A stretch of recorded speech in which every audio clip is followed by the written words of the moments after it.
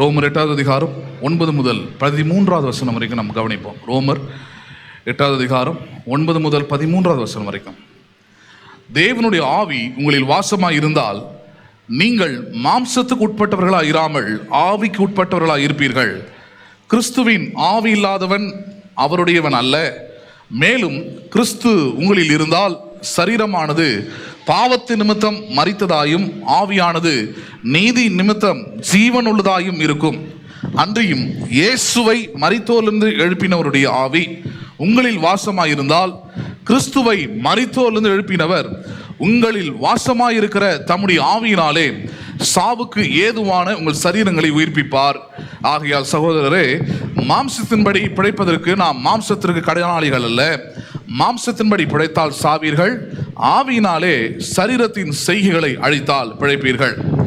உங்களோடு கூட இந்த ஞாயிற்றுக்கிழமையின் காலைகளிலும் நீங்கள் புது சிருஷ்டிகளாக இருக்கிறீர்கள். யூ ஆர் நியூ கிரியேஷன் என்கிற தலைப்பின் கீழே தேவனுடைய வார்த்தையை நான் போதித்துக் கொண்டு வருகிறேன். 2 கொரிந்தியர் 5வது அதிகாரம் 16-17 வசனங்கள் இப்படியாக சொல்கிறது: ஒருவன் கிறிஸ்துவுக்குள் இருந்தால் அவன் புது சிருஷ்டியாய் இருக்கிறான், பழையவைகள் எல்லாம் ஒழிந்து போயின, எல்லாம் புதிதாயின என்று சொல்லப்பட்டிருக்கிறது. காலை நேரத்தில் வந்திருக்கிற நீங்கள், முதலாவது நீங்கள் விசுவாசிக்க வேண்டிய நம்ப வேண்டிய காரியம் என்ன? நீங்கள் ஒவ்வொருவரும் புது சிருஷ்டிகளாக இருக்கிறீர்கள். இன்னொரு காரியம், பழையவைகள் எல்லாம் ஒழிந்து போயிருக்கிறது, எல்லாம் புதிதாக இருக்கிறது. இதுல என்னென்னலாம் புதிதாக இருக்கிறது என்பதை நாம் கவனித்துக் கொண்டு வருகிறோம். அதுல ரோமருக்கு நிருபம் 12வது அதிகாரத்தில் சொல்லப்படுகிறது, உங்கள் சரீரங்களை நீங்கள் தேவனுக்கு ஜீவனுள்ள பலிகளாக ஒப்பு கொடுக்க வேண்டும், இதுவே நீங்கள் செய்யத்தக்க புத்தி உள்ள ஆராதனை என்று சொல்லப்பட்டிருக்கிறது. புத்தி உள்ள ஆராதனை என்றால் என்ன? உங்கள் சரீரங்களை தேவனுக்கு நீங்கள் முழுமையாக ஒப்பு கொடுப்பது. சரீரத்தை ஒப்பு கொடுக்கிறதுனால என்ன நடக்குது அங்க? எப்படி ஒப்பு கொடுப்பதுன்றது அங்க கேள்வி. Offering my body to God, how it is possible? காரணம், தேவன் அவர் எந்த விதமான உருவத்திலும் எந்த விதமான கண்ணாலை பார்க்கக்கூடிய நிலையிலும் இல்லை. அப்படி இல்லாத ஒரு கடவுளுக்கு நான் என் சரீரத்தை எப்படி முழுமையாய் தர முடியும் அப்படின்னா அதுக்குள்ளதான் சத்தியம் அடங்கியிருக்கிறது. என்னது? மனிதன் எப்படி இருக்கிறான்றதை வேதம் சொல்லுகிறது. மனிதன் அவன் ஆவி ஆத்துமா சரீரமா இருக்கிறான். சரீரம் என்பது கடைசியா தான் வருது. ஆனால் முதலாவது அவனிடத்தில் இருக்கிற காரியம் என்னது? ஆவி. இந்த ஆவிதான் மனுஷனுடைய எல்லா கிரியைகளுக்கும் அல்லது மனுஷனை நடத்தக்கூடியதற்கான ஆற்றலும் வல்லமையும் உள்ளதா இருக்கிறது, ஸ்பிரிட். 2வது மனம், ஆத்துமான்னு சொல்றோம். அதை இன்னொரு வார்த்தையில் ஆத்துமா மனம், இது ரெண்டுமே ஒரே வார்த்தை. மனதுடைய வேலை என்ன? மனதுடைய வேலை பாருங்க, சிந்திப்பது, யோசிப்பது, விரும்புவது, ஆசைப்படுவது, செயல்பட வேண்டும் என்கிற எண்ணம் உள்ளது, இதெல்லாம் இருக்கிறது தான் மனம். அதோடைய வேலை அவ்வளவுதான் பாருங்க. அடுத்தது சரீரம். இந்த சரீரம் பாருங்க, இதுக்கு எந்த விதமான இந்த உள்ளத்துக்கும் மனதுக்கும் இருக்கிற மாதிரியான ஒரு சுய அல்லது யூனிக்னஸ் இதுக்கு ஒன்றும் கிடையாது, தனித்துவம் ஒன்றும் கிடையாது. உள்ளம் எப்படி இருக்குதோ மனம் அப்படி செயல்படுகிறது, மனம் எப்படி இருக்குதோ அப்படியே இந்த சரீரம் செயல்படுகிறது. அப்படிதான் அந்த சரீரத்துக்கும் தனியாக எந்த விதமான ஆற்றலும் வல்லமையும் அது கொடுக்கப்படவில்லை. அதனால தான் மனுஷனுடைய ஆவியும் ஆத்துமாவும் அவனுடைய சரீரத்திலிருந்து எடுக்கப்பட்ட பிறகு பாருங்க, அந்த சரீரம் அதுல ஒரு அசைவும் இல்லை, ஒரு விதமான புரோஜனமும் இல்லை. அது கிட்டத்தட்ட நாற்றம் எடுத்து அழுகி ஒன்றும் இல்லாத மண்ணுக்கு மண்ணாய் போகிறதா இருக்கிறது. இவ்வளவுதான் சரீரத்தோட வேலை. அப்ப இந்த சரீரத்தை கொண்டு வந்து நான் தேவனுக்கு ஒப்பு கொடுப்பதன் மூலமாக இது எப்படி ஜீவனுள்ள பலியா இருக்கும்? இது எப்படி புத்தி உள்ள ஆராதனை இருக்க முடியும்ன்றது அங்க கேள்வி. அதுக்கு தான் இந்த கேள்விக்கு தான் பதில் சொல்லிட்டு வரோம். புது சிருஷ்டியா இருக்கிறவர்கள் புத்தி உள்ள ஆராதனை செய்வது எப்படி? ஆராதனை என்பது வெறும் இந்த ஆராதனை நேரத்தில் வந்து ஆராதிப்பதல்ல. நம்ம ஆண்டவருக்காக ஒவ்வொரு நிமிடமும் விசுவாசித்து நம்பி உண்மையை பேசி பரிசுத்தமாய் வாழ்வதே ஆராதனை தான். அப்படிப்பட்ட ஒரு ஆராதனையை செய்வது எப்படின்றது அங்க கேள்வி. எப்படி செய்கிறோம், எப்படி செய்ய முடியும் அப்படின்றதுக்கு முதல் காரியம் தான் தேவ ஆவியானவர் நம்முடைய உள்ளத்திலே தங்கி வாசம் பண்ணுகிற காரியம். முதலாவது, நம்முடைய உள்ளத்துல ஆவியானவர் வாசம் பண்ணுகிறார். நம்முடைய சரீரத்தில் அவர் இல்லை, நம்முடைய மனதிலும் அவர் இல்லை. அவர் எங்க வாசம் பண்ணுகிறார்? அவர் நம்முடைய உள்ளத்தில் அவர் வாசம் பண்ணுகிறவராக இருக்கிறார். நம்முடைய உள்ளத்துல தான் அவருடைய திட்டங்களை வைக்கிறார். அவர் நம்மோடு கூட பேசுகிறார், நம்மோடு கூட இடைப்படுகிறார். எல்லா திட்டங்களையும் சித்தங்களையும் தேவன் நம்முடைய உள்ளத்துல தான் வைக்கிறார். இந்த உள்ளம் என்ன இருக்குதோ அதுதான் அடுத்தது மனம் கேட்குது, மனம் அதை விரும்புது, மனம் அதை ஆசைப்படுது. மனம் எதை விரும்பினதோ அதையே சரீரத்தின் அவயவங்கள் எல்லாமே செயல்படுகிறதா இருக்கிறது. சரி, இதன் அடிப்படையிலே நாம் பார்த்து கொண்டு வருகிற முதல் காரியம் ஸ்பிரிட், அதாவது உள்ளத்தில் வாசம் பண்ணுகிற இந்த ஆவியை குறித்து நாம் பார்த்து கொண்டு வருகிறோம். அதில் கடந்த வாரத்தில் நான் உங்களுக்கு எடுத்து காண்பித்திருந்தேன். ஆவியின்படி நடப்பதே புத்தி உள்ள ஆராதனை என்று பார்த்தோம். இதன்படி நடப்பதே ஆவியின்படி நடப்பதை. இன்றைக்கு அடுத்த கட்டமாக இன்னொரு காரியத்தை நம்ம பார்க்கலாம். இன்றைக்கு நான் பார்க்க போகிற தலைப்பு, ஆவியினாலே சரீரத்தை ஆளுவதே புத்தி உள்ள ஆராதனை. எதனாலே ஆளுவது? ஆவியினாலே. Ruling the body by the spirit is wise worship. உங்கள் சரீரத்தை ஆவியை கொண்டு நீங்கள் ஆள வேண்டும். எதை கொண்டு ஆள வேண்டும்? நீங்கள் ஆவியை கொண்டு ஆள வேண்டும். மனதை கொண்டு ஆளக்கூடாது. மனதில் 1000 விருப்பங்கள் இருக்கலாம். ஆனால் மனதை கொண்டு உங்கள் சரீரத்தை நீங்கள் ஆளாமல், மனதை கொண்டு உங்கள் சரீரத்தை நீங்கள் பயன்படுத்தாமல், மனதை கொண்டு உங்கள் சரீரத்துக்கு வேலை கொடுக்காம, உங்கள் சரீரம் அது ஆவியினாலே, பரிசுத்த ஆவியினாலே, உள்ளத்தில் வாசம் பண்ணுகிற தேவனாலே அது ஆளுகை செய்யப்படக்கூடியதாக இருக்க வேண்டும். அதை பார்க்க போறோம் இன்னைக்கு. நம்ம நிறைய நேரத்தில் சபைகளில் இந்த புத்தி உள்ள ஆராதனை பேசும்போது எல்லாத்தையும் அதில் கொண்டு வராங்க. இதெல்லாம் கொண்டு வராங்க. வெள்ளை புடவை அணிகிறதுலேருந்து, நகை போடாமல் இருக்கிறதுலேருந்து, செருப்பு அணியாமல் இருக்கிறதுலேருந்து, இது எல்லாத்தையும் கொண்டு வந்து சொல்கிறாங்க. இப்படிலாம் இந்த சரீரத்தை எப்படிலாம் நீங்கள் வச்சுக்கணும், முடி இப்படிலாம் கட் பண்ணமாக்கும், நீங்கள் நகை இவ்வளோ பெருசு போடக்கூடாது, இவ்வளோ சின்னது போடக்கூடாது, சிலவங்க போடவே கூடாதுன்ற மாதிரியான கான்செப்டில் இருக்கிறாங்க. இந்த மாதிரியான பல விதமான மத அடையாளங்களை கிறிஸ்தவத்துக்குள்ளே கொண்டு வந்து புகுத்துறாங்க. இந்த புகுத்துறதுனால என்ன ஆகுது? சரீரங்கள் என்னவோ பார்க்கறதுக்கு அது தேவனுக்குரியவர்களா இருக்கிறது.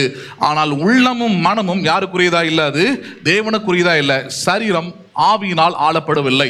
சரீரம் எதனால் ஆளப்படவில்லை? அது ஏதோ மனுஷனுடைய சித்தாந்தத்தால் ஆளப்படுகிறது, ஏதோ போதகருடைய கருத்தால் ஆளப்படுகிறது, ஏதோ ஒரு சில டினாமினேஷன்ஸுடைய உபதேசத்தினால் ஆளப்படுகிறதே தவிர சரீரம் தேவனுடைய ஆவியினால் ஆளப்பட்டால் தான் அந்த சரீரத்தில் நன்மை உண்டாயிருக்கும், ஜீவன் உண்டாயிருக்கும், பலன் உண்டாயிருக்கும், ஆசீர்வாதம் உண்டாயிருக்கும். அந்த சரீரம் உங்களுக்கு பிரயோஜனம் உள்ளதா இருக்கும். அப்ப சரீரம் தேவனுடைய ஆவியினால் ஆளப்பட்டதான் பாருங்க, தேவனுடைய பலன் அதுல விளங்கும். தேவனுடைய ஆவியினாலே உங்கள் சரீரம் ஆளப்பட்டால் தான் அந்த சரீரம் மகிமையின் சரீரமாக இருக்கும் பாருங்க. அப்ப சபைக்கு வரீங்க, எப்படி உங்கள் சரீரத்தை நீங்கள் ஜீவனுள்ள பலிகளாக ஒப்பு கொடுக்கணும்னா இப்படிதான் ஒப்பு கொடுக்கணும். தேவனுடைய ஆவியானவர் தம்முடைய வார்த்தையை கொண்டு, தம்முடைய சத்தியத்தை கொண்டு என் உள்ளத்தில் என்ன கிரியை செய்கிறாரோ அவ்விதமாகவே என் சரீரத்தை நான் என்ன பண்ணுகிறேன்? பயன்படுத்துகிறேன், கொடுக்கிறேன், செயல்படுறேன். உலகம் என்ன நினைக்குது, பாஸ்டர் என்ன நினைக்கிறாங்க, மற்ற ஊழியக்காரங்க என்ன சொல்லுவாங்க, மற்ற விசுவாசிகளுடைய கோட்பாடு என்ன, அதெல்லாம் தேவையே கிடையாதாங்க. சத்தியத்தோடு உங்களுக்கு ஒத்து போயிருச்சுன்னா அதில் பிரச்சனையே இருக்காது பாருங்க. அதில் எந்த விதமான தடையும் இல்லை, சாபமும் இல்லை. அப்போ அதனால தான் இன்றைக்கு நம்ம பார்க்க இருக்கிறோம், ஆவியினாலே சரீரத்தை ஆளுவது புத்தி உள்ள ஆராதனை. அதுக்கு நம்ம பார்த்த வேத பகுதி தான் இந்த ரோமர் 8வது அதிகாரம் 9 முதல் 13வது வசனம் வரைக்கும். கவனிப்போம் அதை. 9வது வசனம், தேவனுடைய ஆவி உங்களில் வாசமாக இருந்தால், யார் வாசமாக இருந்தால்? தேவனுடைய ஆவி உங்களில் வாசமாக இருந்தால் நீங்கள் மாம்சத்துக்கு உட்பட்டவர்களாக இராமல் ஆவிக்கு உட்பட்டவர்களாக இருப்பீர்கள். கிறிஸ்துவின் ஆவி இல்லாதவன் அவருடையவன் அல்ல. இந்த இடத்துல சொல்றாரு, தேவனுடைய ஆவி உங்களில் வாசமாக இருந்தால். விசுவாசிகளுக்கு பேசுறார். யார் உங்களில் வாசமாக இருந்தார்? அந்த உங்களில்ன்றது தான் பாயிண்ட். அந்த உங்களில்ன்றது சரீரத்தில் அல்ல, அந்த உங்களில்ன்றது உள்ளத்தில். தேவனுடைய ஆவியானவர் உங்கள் உள்ளத்தில் வாசமாக இருந்தால் சொல்றாரு, நீங்கள் மாம்சத்துக்கு உட்பட்டவர்களாக இராமல் என்றார். எதுக்கு உட்பட்டவர்களாக இல்லை? நீங்க பல வாரங்கள் அதை பேசிக்கிட்டு வரோம். மாம்சம்னா என்னன்றத, மாம்சத்துக்கு உட்பட்டு இருப்பதுன்னா என்ன? தேவனுடைய விருப்பத்துக்கும், தேவனுடைய வசனத்துக்கும், தேவனுடைய எண்ணத்துக்கும் விரோதமாய் நம்முடைய ஆவி, ஆத்துமா, சரீரத்தை தருவது, உலகத்துக்கு என்று ஒப்பு கொடுப்பது.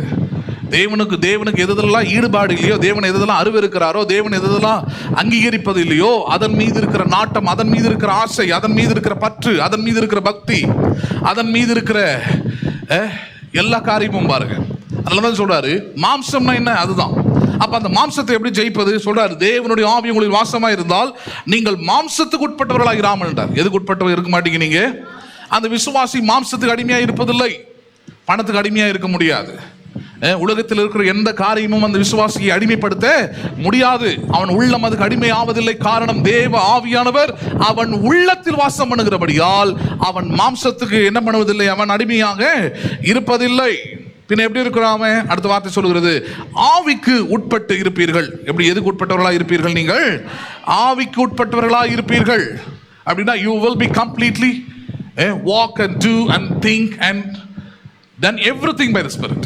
எல்லாமே செயல், சொல், செயல்பாடுகள் எல்லாமே முழுக்க எதனால் செயல்படுகிறதா இருக்கிறது? ஆவியினால் செயல்படுகிறது. எதனால் செயல்படுகிறதாங்க? அதனாலதான் கடந்த வாரத்தை நம்ம பார்த்தோம், ஆவியில் நடப்பதுன்னா ஆவியின்படி நடப்பது தான் ஜீவன். நமக்கு இதுதான் ஜீவன். நமக்கு மாம்சத்தின்படி செய்தால் அழிவீர்கள் என்றார், ஆவியின்படி செய்தால் நீங்கள் பிழைப்பீர்கள். அப்ப பிழைப்பது எப்படி, வாழ்வது எப்படி, ஜெயிப்பது எப்படி? இப்படிதான் ஜெயிக்க முடியும், இப்படிதான் வாழ முடியும். எப்படி வாழ முடியும்? ஆவிக்குட்பட்டவர்களாக இருப்பீர்கள். கிறிஸ்துவின் ஆவி இல்லாதவன் அவருடையவன் அல்ல. யாருடைய ஆவி இல்லாதவன்? உள்ளத்துல கிறிஸ்துவின் ஆவியானவர் செயல்படவே இல்லை. ஆரம்பத்திலிருந்தே கவனிக்கணும். வாரம் என்று அழைத்த நாளில் இருந்தே, ஆவியானவரை பெற்றுக்கொண்ட அந்த அனுபவத்திலிருந்தே, ஒவ்வொரு நாளும் கிறிஸ்துவின் ஆவி உங்களுக்குள்ள இல்லைன்னா, உங்கள் உள்ளத்தில் இல்லைன்னா, அந்த நிச்சயம் உங்களுக்குள்ள இல்லைன்னா சொல்றாரு, you are no more Christ. நீங்கள் இனிமேல் யாரல்ல, நீங்கள் கிறிஸ்துவை உடையவர்கள் அல்ல. சொல்லிக்கலாம், எல்லாத்தையும் போட்டுக்கலாம் நீங்கள் கிறிஸ்தவன் கூட. ஆனால் தேவன் அதை அங்கீகரிப்பதில்லை. யார் அதை அங்கீகரிப்பதில்லை? அதை தேவன் அதை அங்கீகரிப்பதில்லை. தேவன் அங்கீகரித்தால் மட்டும்தான் கிருபை உண்டாகும், நன்மைகள் உண்டாகும், ஆசீர்வாதங்கள் உண்டாகும், தயவு உண்டாகும். கடவுள் சொல்றார், நீ என்னுடையவனே இல்லையே. காரணம், உள்ளத்தில் யாரு கிடையாது? ஆவியானவர் இல்லை, என்னுடைய ஆவி இல்லை, என்னுடைய ஆவி. அதனால் கிறிஸ்து ஆவின்ற 2 வார்த்தை இருக்குது. அந்த கிறிஸ்து என்பது வசனம், கிறிஸ்து என்பது வார்த்தை. அந்த வார்த்தையாகிய தேவன் உங்கள் உள்ளத்தில் ஆவியாக செயல்படும் போதுதான் நீங்கள் கிறிஸ்துவை உடையவர்களாக இருக்கிறீர்கள், நீங்கள் மாம்சத்துக்கு உட்பட்டவர்கள் அல்ல என்றார். 10வது வசனம், மேலும் கிறிஸ்து உங்களில் இருந்தால் சரீரமானது பாவத்து நிமித்தம் மரித்ததாயும் ஆவியானது நீதி நிமித்தம் ஜீவனுள்ளதாயும் இருக்கும் சொல்லாரு. கிறிஸ்து உங்களில் வாசமாய் இருந்தால், கிறிஸ்து உங்களில் இருந்தால் சரீரமானது என்ன பண்ணுகிறதாம்? பாவத்தின் நிமித்தம் மரித்த. அதான் இந்த சரீரம் தான் எல்லா பாவத்தையும் செயல்படுத்துகிறது. சரீரம் தான் மாம்சத்துக்கு நேராக இழுக்கிறது. ஏன்னா இது மண்ணில் இருந்து உண்டாயிருக்குது பாருங்க. அதனால ஆதாமை பார்த்து சொன்னார், பூமி உன்னிமித்தம் சபிக்கப்பட்டிருக்குன்னாரு. அப்படின்னா சபிக்கப்பட்ட பூமி இது எல்லா விதமான தேவனுக்கு எதிரான துன்மார்க்கங்களின் தீமைகளை உள்ளடக்கி இருக்கிற இந்த பூமி. இந்த பூமியில சொல்றாரு, இந்த பூமியில உங்கள் சரீரங்களை பாவம் ஆளாமல் இந்த சரீரம் பாவத்துக்கு செத்ததாய் இருக்க வேண்டும். எப்படி முடியும்? அது அர்த்தம் சொல்றாரு பாருங்க. ஆவியானது நீதி நிமித்தம் ஜீவனுள்ளதாயும் இருக்கும். எதனால ஜீவன் பெற்றிருக்கிறீங்க? நீங்க ஆவியினால் இப்ப ஜீவன் பெற்றிருக்கிறீங்க. So you are no more slave to the sin. பாவத்திற்கு நீங்கள் யார் அல்ல. அதனால தான் புரிஞ்சுக்கணும். அதை நல்ல புரியறதே இல்லை நிறைய விசுவாசிகளுக்கு, அது கிறிஸ்தவர்களுக்கே புரியறது இல்லை. யூடியூப் கிறிஸ்தவ சேனல்லாம் எப்படி ஓடிக்கிட்டு இருக்குதுன்னு பார்த்தா, அந்த விசுவாசி இந்த தப்பை செஞ்சான், இந்த பாஸ்டர் தப்பை செஞ்சாரு, இவர் இந்த பாவத்தை செஞ்சாரு, இதனமோ பெருசாக எடுத்து போட்டுக்கிட்டு இருக்கிறான். அதை நம்ம ஆளுங்க சப்ஸ்கிரைப் பண்ணிக்கிட்டு உட்காந்துக்கிட்டு எந்த பாஸ்டர் எதை பண்ணார், எந்த விசுவாசி எதை பண்ணா, எந்த ஊழியத்தில் என்ன நடந்தது, இதே ஒரு வேலையை வச்சு பார்த்துட்டு உட்காந்துருக்குறான். உருப்பட முடியாது வாழ்க்கையில். ஏன்? தேவன் ஒருவரை தவிர 100% பர்ஃபெக்டாக எந்த மனுஷன் என்ன பண்ணுறது நிற்பது இல்லை. அதனால அவன் கெட்டவனா வாழ்ந்துடலாமா? இல்லை. அங்கே தான் பாயிண்ட் இருக்குதாங்க. பாவத்திற்கு அடிமை இல்லைன்னு தான் சொல்லியிருக்கிறார். எதுக்கு அடிமை இல்லை நீங்கள் அப்படின்னா என்ன அர்த்தம்? இப்போ 2 விஷயம் இருக்குது பாருங்க. வேலை செய்வதுன்னு வரும்போது ஸ்லேவரி அண்ட் சர்வெண்ட் இருக்குது, 2 இருக்குது, மெய்டு. இது 2த்துக்கும் வித்தியாசம் என்ன? ஒரு காலத்தில், இப்போ கிடையாது, அதெல்லாம் எந்த நாட்டிலுமே கிடையாது இந்த ஸ்லேவரின்றது. அது அடிமைத்தனம். அடிமைகளை நீங்கள் போய் ஒரு மார்க்கெட்டில் போய் பழங்காலத்தில் வாங்கின மாதிரி வாங்கிட்டு கொண்டு வந்து உங்கள் இஷ்டத்துக்கு எப்படி வேணாலும் நடத்தி அடித்து அவங்கள கொன்று என்ன பண்ணாலும் கேட்க முடியாது. அவங்களுக்கு சாப்பாடு நீங்கள் கொடுக்க வேண்டிய அவசியம் இல்லை, அவங்களை கவனிக்க வேண்டிய அவசியம் இல்லை. நீங்கள் சொன்னதை அவங்க செஞ்சு ஆகணும். நீங்கள் நினச்சா அவங்களை கொண்டு போடலாம், எதை ஒன்று செய்யலாம். Because they are slave to you, they have no rights. அவங்களுக்கு எந்த விதமான உரிமையும் கிடையாது, உரிமை மறுக்கப்பட்டவர்கள். அதான் அடிமைன்னு அர்த்தம். ஆனால் சர்வன்ட்ஸ் அண்ட் மெய்ட்ஸ் இருக்கிறாங்க. சிலதெல்லாம் போய் இப்போ கேட்டிங்கன்னா பயந்துடுவீங்க நீங்கள். அமெரிக்காவில் ஒரு அம்மா இருக்கிறாங்க பாருங்கள். அந்த அம்மா வீட்டில் ஒரு சர்வெண்ட் எடுக்கணும். அந்த ஊர் பிரகாரம் பார்த்தீங்கன்னா அந்த கவர்மெண்ட்டு எல்லாத்தையும் ஃபிக்ஸ் பண்ணியிருக்குது. இவ்வளோ தான் சம்பளம் தரணும் இப்படி அப்படின்ட்டு. அவங்களுக்கு என்னென்ன வசதிகள்லாம் செஞ்சு கொடுக்கணும், இவ்வளோ தூரம் கிலோமீட்டர்லேருந்து வந்தாங்கன்னா எவ்வளோ டாலர்ஸ் நீங்கள் அவங்களுக்கு தரணும், அவங்க கார் கேட்டாங்கன்னா அந்த வசதி நீங்கள் வச்சு தரணும் நீங்கள். அதுக்கப்புறம் அவங்க காலையில் வந்து அவங்க சில விஷயங்கள்லாம் கேட்பாங்க. அவங்களுக்கு தனி ரூம் வேணும், ரெஸ்ட் ரூம் வேணும், எல்லாமே நீங்கள் செஞ்சு கொடுக்கணும். அப்படிலாம் செஞ்சு கொடுத்தா தான் வந்து வேலையை செய்வாங்க. இது அடிமைக்கும் வேலையாளுக்கும் இருக்கிற வித்தியாசம். அடிமை இந்த மாதிரிலாம் கேட்க முடியாது. இப்படிலாம் பண்ணணும் அப்படிலாம் கேட்க முடியாது. அடித்தா அடி வாங்கிட்டு உட்காந்துருக்கணும், சாப்பாடு குழுலாம் பட்னியோட உட்காந்துருக்கணும். ஆனால் இங்கே வேலை செய்கிறவனுக்கு என்ன இருக்குது? இங்கே உரிமைகள் இருக்கிறது. he will choose what he want. அவனுக்கு என்ன வேண்டும் என்பதை அவன் என்ன பண்ணுறாங்க? சூஸ் பண்ணுறான். இன்னைக்கு ரட்சிக்கப்பட்ட ஒவ்வொரு கிறிஸ்தவர்களும் தேவனுடைய ஆவியை பெற்றிருக்கிற ஒவ்வொரு கிறிஸ்தவனுடைய வித்தியாசம் தான். விசுவாசினா யாரு, கிறிஸ்தவனா யாரு? பாவமே செய்யாதவன் இல்லை, பாவமே செய்யாதவன் அல்ல. But he is no more slave to sin. அவன் பாவத்திற்கு என்னானவன் அல்ல, அவன் அடிமையானவன் அல்ல. நேற்று ஒரு பாவத்தை செஞ்சிருப்பான், இன்னைக்கு மனம் திரும்பி தேவனிடத்தில் ஒப்பு கொடுத்து அதிலிருந்து முழுமையாக அவன் விடுதலை ஆகியிருப்பான். அதான் கிறிஸ்தவன். புரிஞ்சுக்கணும் அதை. அது புரியாமல் என்ன பண்ணுறது? அவர் பாருங்க தப்பு செஞ்சுட்டார், இவர் பாருங்க இப்படி பண்ணிட்டாரு. எல்லா மனுஷனும் செஞ்சது பைபிளை படிச்சிங்கன்னா உங்களுக்கு ஆச்சரியமாக இருக்காது. இந்த பைபிளை ஒழுங்காக படிக்கிறது இல்லை, பேர் மட்டும் எங்கேயோ போய் ஞானசாரம் எடுத்துக்கிறது, உருப்படி இல்லாத ஏதாவது ஒரு சர்ச்சில் போய் உட்காந்துருக்கிறது, அங்கே போய் ஏதாவது 2 வசனத்தை கேட்டுவிட்டு ஒரே கொதிக்கிறது. என்ன கொதிக்கிறது? அவன் சரியில்லை, இவன் சரியில்லை, அந்த விசுவாசி சரியில்லை, எந்த பாஸ்டும் சரியில்லை. சொல்கிற ஆள் நீ எப்படி? எல்லாரும் சரியில்லை தான். யாருமே சரியில்லைன்னா ஒரு நல்ல முடிவு எடுத்துக்கோ. யூதாஸ் எடுத்த மாதிரி ஒரு நல்ல முடிவே எடு. எடுத்துட்டீங்கன்னா உனக்கு நல்லது, உன் வீட்டுக்கு நல்லது, சபைக்கு நல்லது, இந்த தேசத்துக்கு நல்லது. அது யூதாஸோடு கூட போய் நீ என்ன பண்ணிக்கலாம்? பக்கத்தில் போயிட்டு உக்காந்துக்கலாம் ஜாலியாக. இங்க இருந்துக்கிட்டு யாரும் சரியில்லை, இவர் சரியில்லை, அவர் சரியில்லை, அவசியம் இல்லை பாருங்க. அது தேவையில்லை. ஏன்? அதை புரிஞ்சுக்கணும் இந்த சத்தியத்தை. என்ன சத்தியம்? நான் புது சிருஷ்டி தான், நான் பாவத்துக்கு செத்தவன் தான், நீதிக்கு பிழைத்தவன் தான். அப்படின்னு அர்த்தம், I am no more slave to my sin. நான் இனி ஒருபோதும் நான் என் பாவத்திற்கு அடிமையானவன் அல்ல. அதை நான் எப்போ ஒன்றா தூக்கி எரிஞ்சிட முடியும், அது எப்போ ஒன்றா அது என் வாழ்க்கையிலிருந்து அகற்றிவிட முடியும். அதோடு கூட எனக்கு எந்த உடன்படிக்கையும் இல்லை, அதோடு கூட எந்த விதமான உறவும் எனக்கு இல்லை. I am no more slave to the sin. நான் இனி பாவத்திற்கு ஒருபோதும் அடிமைகள் அல்ல. காரணம், தேவாவியானவர் எனக்குள்ள வாசம் பண்ணுகிறபடியினால நான் நீதிக்கு பிழைத்திருக்கிறேனே தவிர பாவத்திற்கு பிழைத்திருக்கவில்லை. எதுக்கு பிழைத்திருக்கவில்லை? நான் பாவத்துக்கு பிழைச்சிருக்கலை. நான் தேவன் சிலுவையில் ஏற்படுத்தி கொடுத்த நீதிக்கு பிழைச்சிருக்கிறேன். நான் I'm living in the righteousness that God has earned for me on the cross.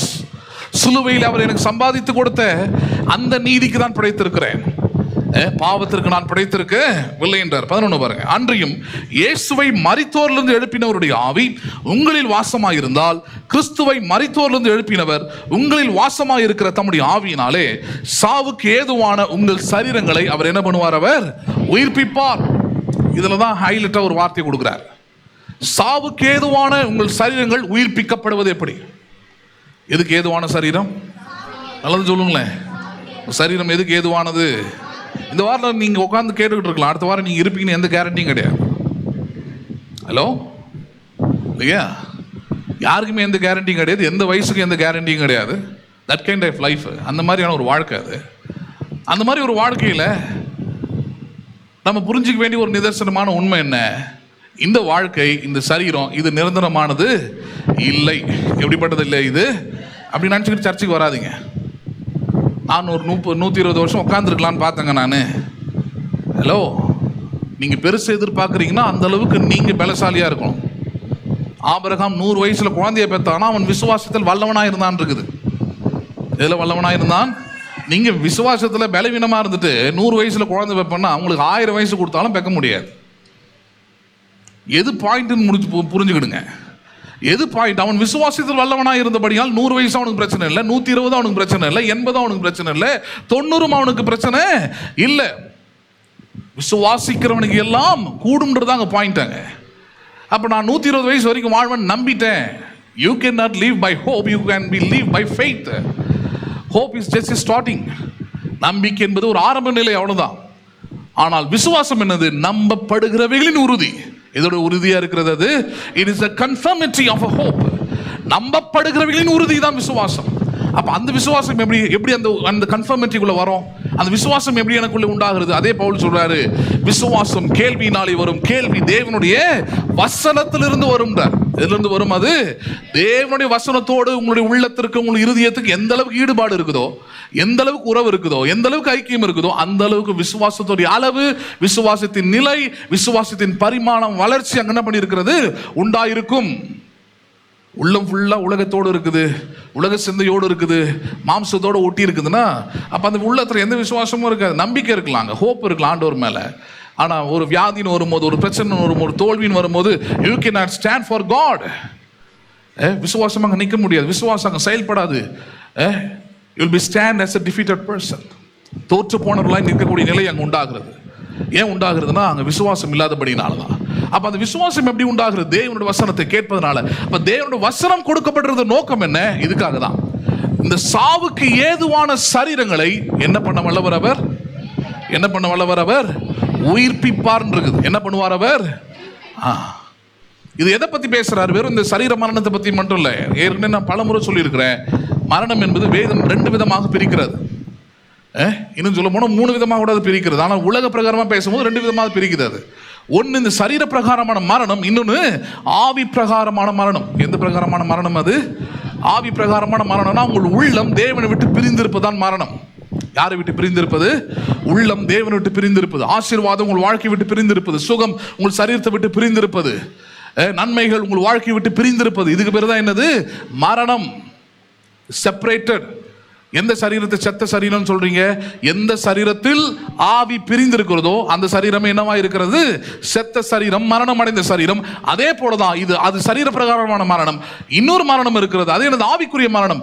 எந்த உள்ளத்தில், எந்த மனுஷனுடைய இருதயத்தில் தேவனை பற்றிய விசுவாசம், நம்பிக்கை, இதெல்லாம் உறவு, அன்பு இதெல்லாம் இல்லாம இருக்கிறதோ அந்த மனிதன் he was dead alive. அவன் ஆவியிலே செத்தவனா இருக்கிறான். எதிலே செத்தவனா இருக்கிறான்? அவன் ஜெபிக்கலாம், வேதத்தை படிக்கலாம், பக்தியா இருக்கிறதா நினைக்கலாம், but nothing will be changed in his life. அவன் வாழ்க்கையில் எந்த மாற்றமும் வராது. ஏன் வராது? இதுதான் காரணம் என்ன? உயிரோடு எழுப்புகிற, உயிர்ப்பிக்கிற ஆவியானவர் அவனுக்குள்ள இல்லை. யாருக்குள்ள இல்லை? அவன் உள்ளத்துல இல்லை, அவன் சிந்தையில இல்லை, அவன் எண்ணத்துல இல்லை. அவன் மனதில் தேவனை பற்றி ஏதோ ஒரு நம்பிக்கை இருக்குது, அவ்வளவுதான். இன்னைக்கு நிறைய கிறிஸ்துவோடைய நிலை அதுதான். அதனாலதான் இந்த வசனத்தை ரொம்ப தெளிவாக சொல்றார் 11ல, அன்றியும் கிறிஸ்துவை மரித்தோரிலிருந்து எழுப்பினவருடைய ஆவி உங்களில் வாசமாய் இருந்தால். எங்க வாசமாய் இருந்தால்? அது இயேசு இன்றைக்கு உயிரோடு இருக்கிறார். he was alive. அந்த உயிரோடு எழுப்பப்பட்ட இயேசு, அவருடைய ஆவி இன்றைக்கும் நமக்குள் வாசம் பண்ணுகிறது, நம் மத்தியில் இருக்கிறது, நமக்குள் இருக்கிறது. அந்த இருக்கிற ஆவி உங்களில் வாசமாய் இருந்தால். கிறிஸ்துவை எழுப்பின ஆவி யாரில் வாசமாய் இருந்தால்? அது இயேசுவை எழுப்பிருச்சு சாவுல இருந்து. உங்களில் வாசமாய் இருந்தால் உங்களுக்கு என்ன நடக்கும்? அதை விசுவாசிக்கிற உங்களுக்கு என்ன நடைபெறும்? நாங்க சொல்றாரு, சாவுக்கு ஏதுவான உங்கள் சரீரங்களையும் உயிர்ப்பிப்பார். அவர் உங்களுக்குள் வாசமாய் இருப்பதனால் உங்கள் வாழ்க்கை உயிர்ப்பிக்கப்படும். உங்கள் வாழ்க்கை என்ன பண்ணப்படும்? அது எப்படி நான் தோல்வி ஜெயமாக மாறுன்றது என்னால் நம்ப முடியும். வாழ்க்கையில் தோல்வி வந்துருச்சு, மரணம் தான் அது.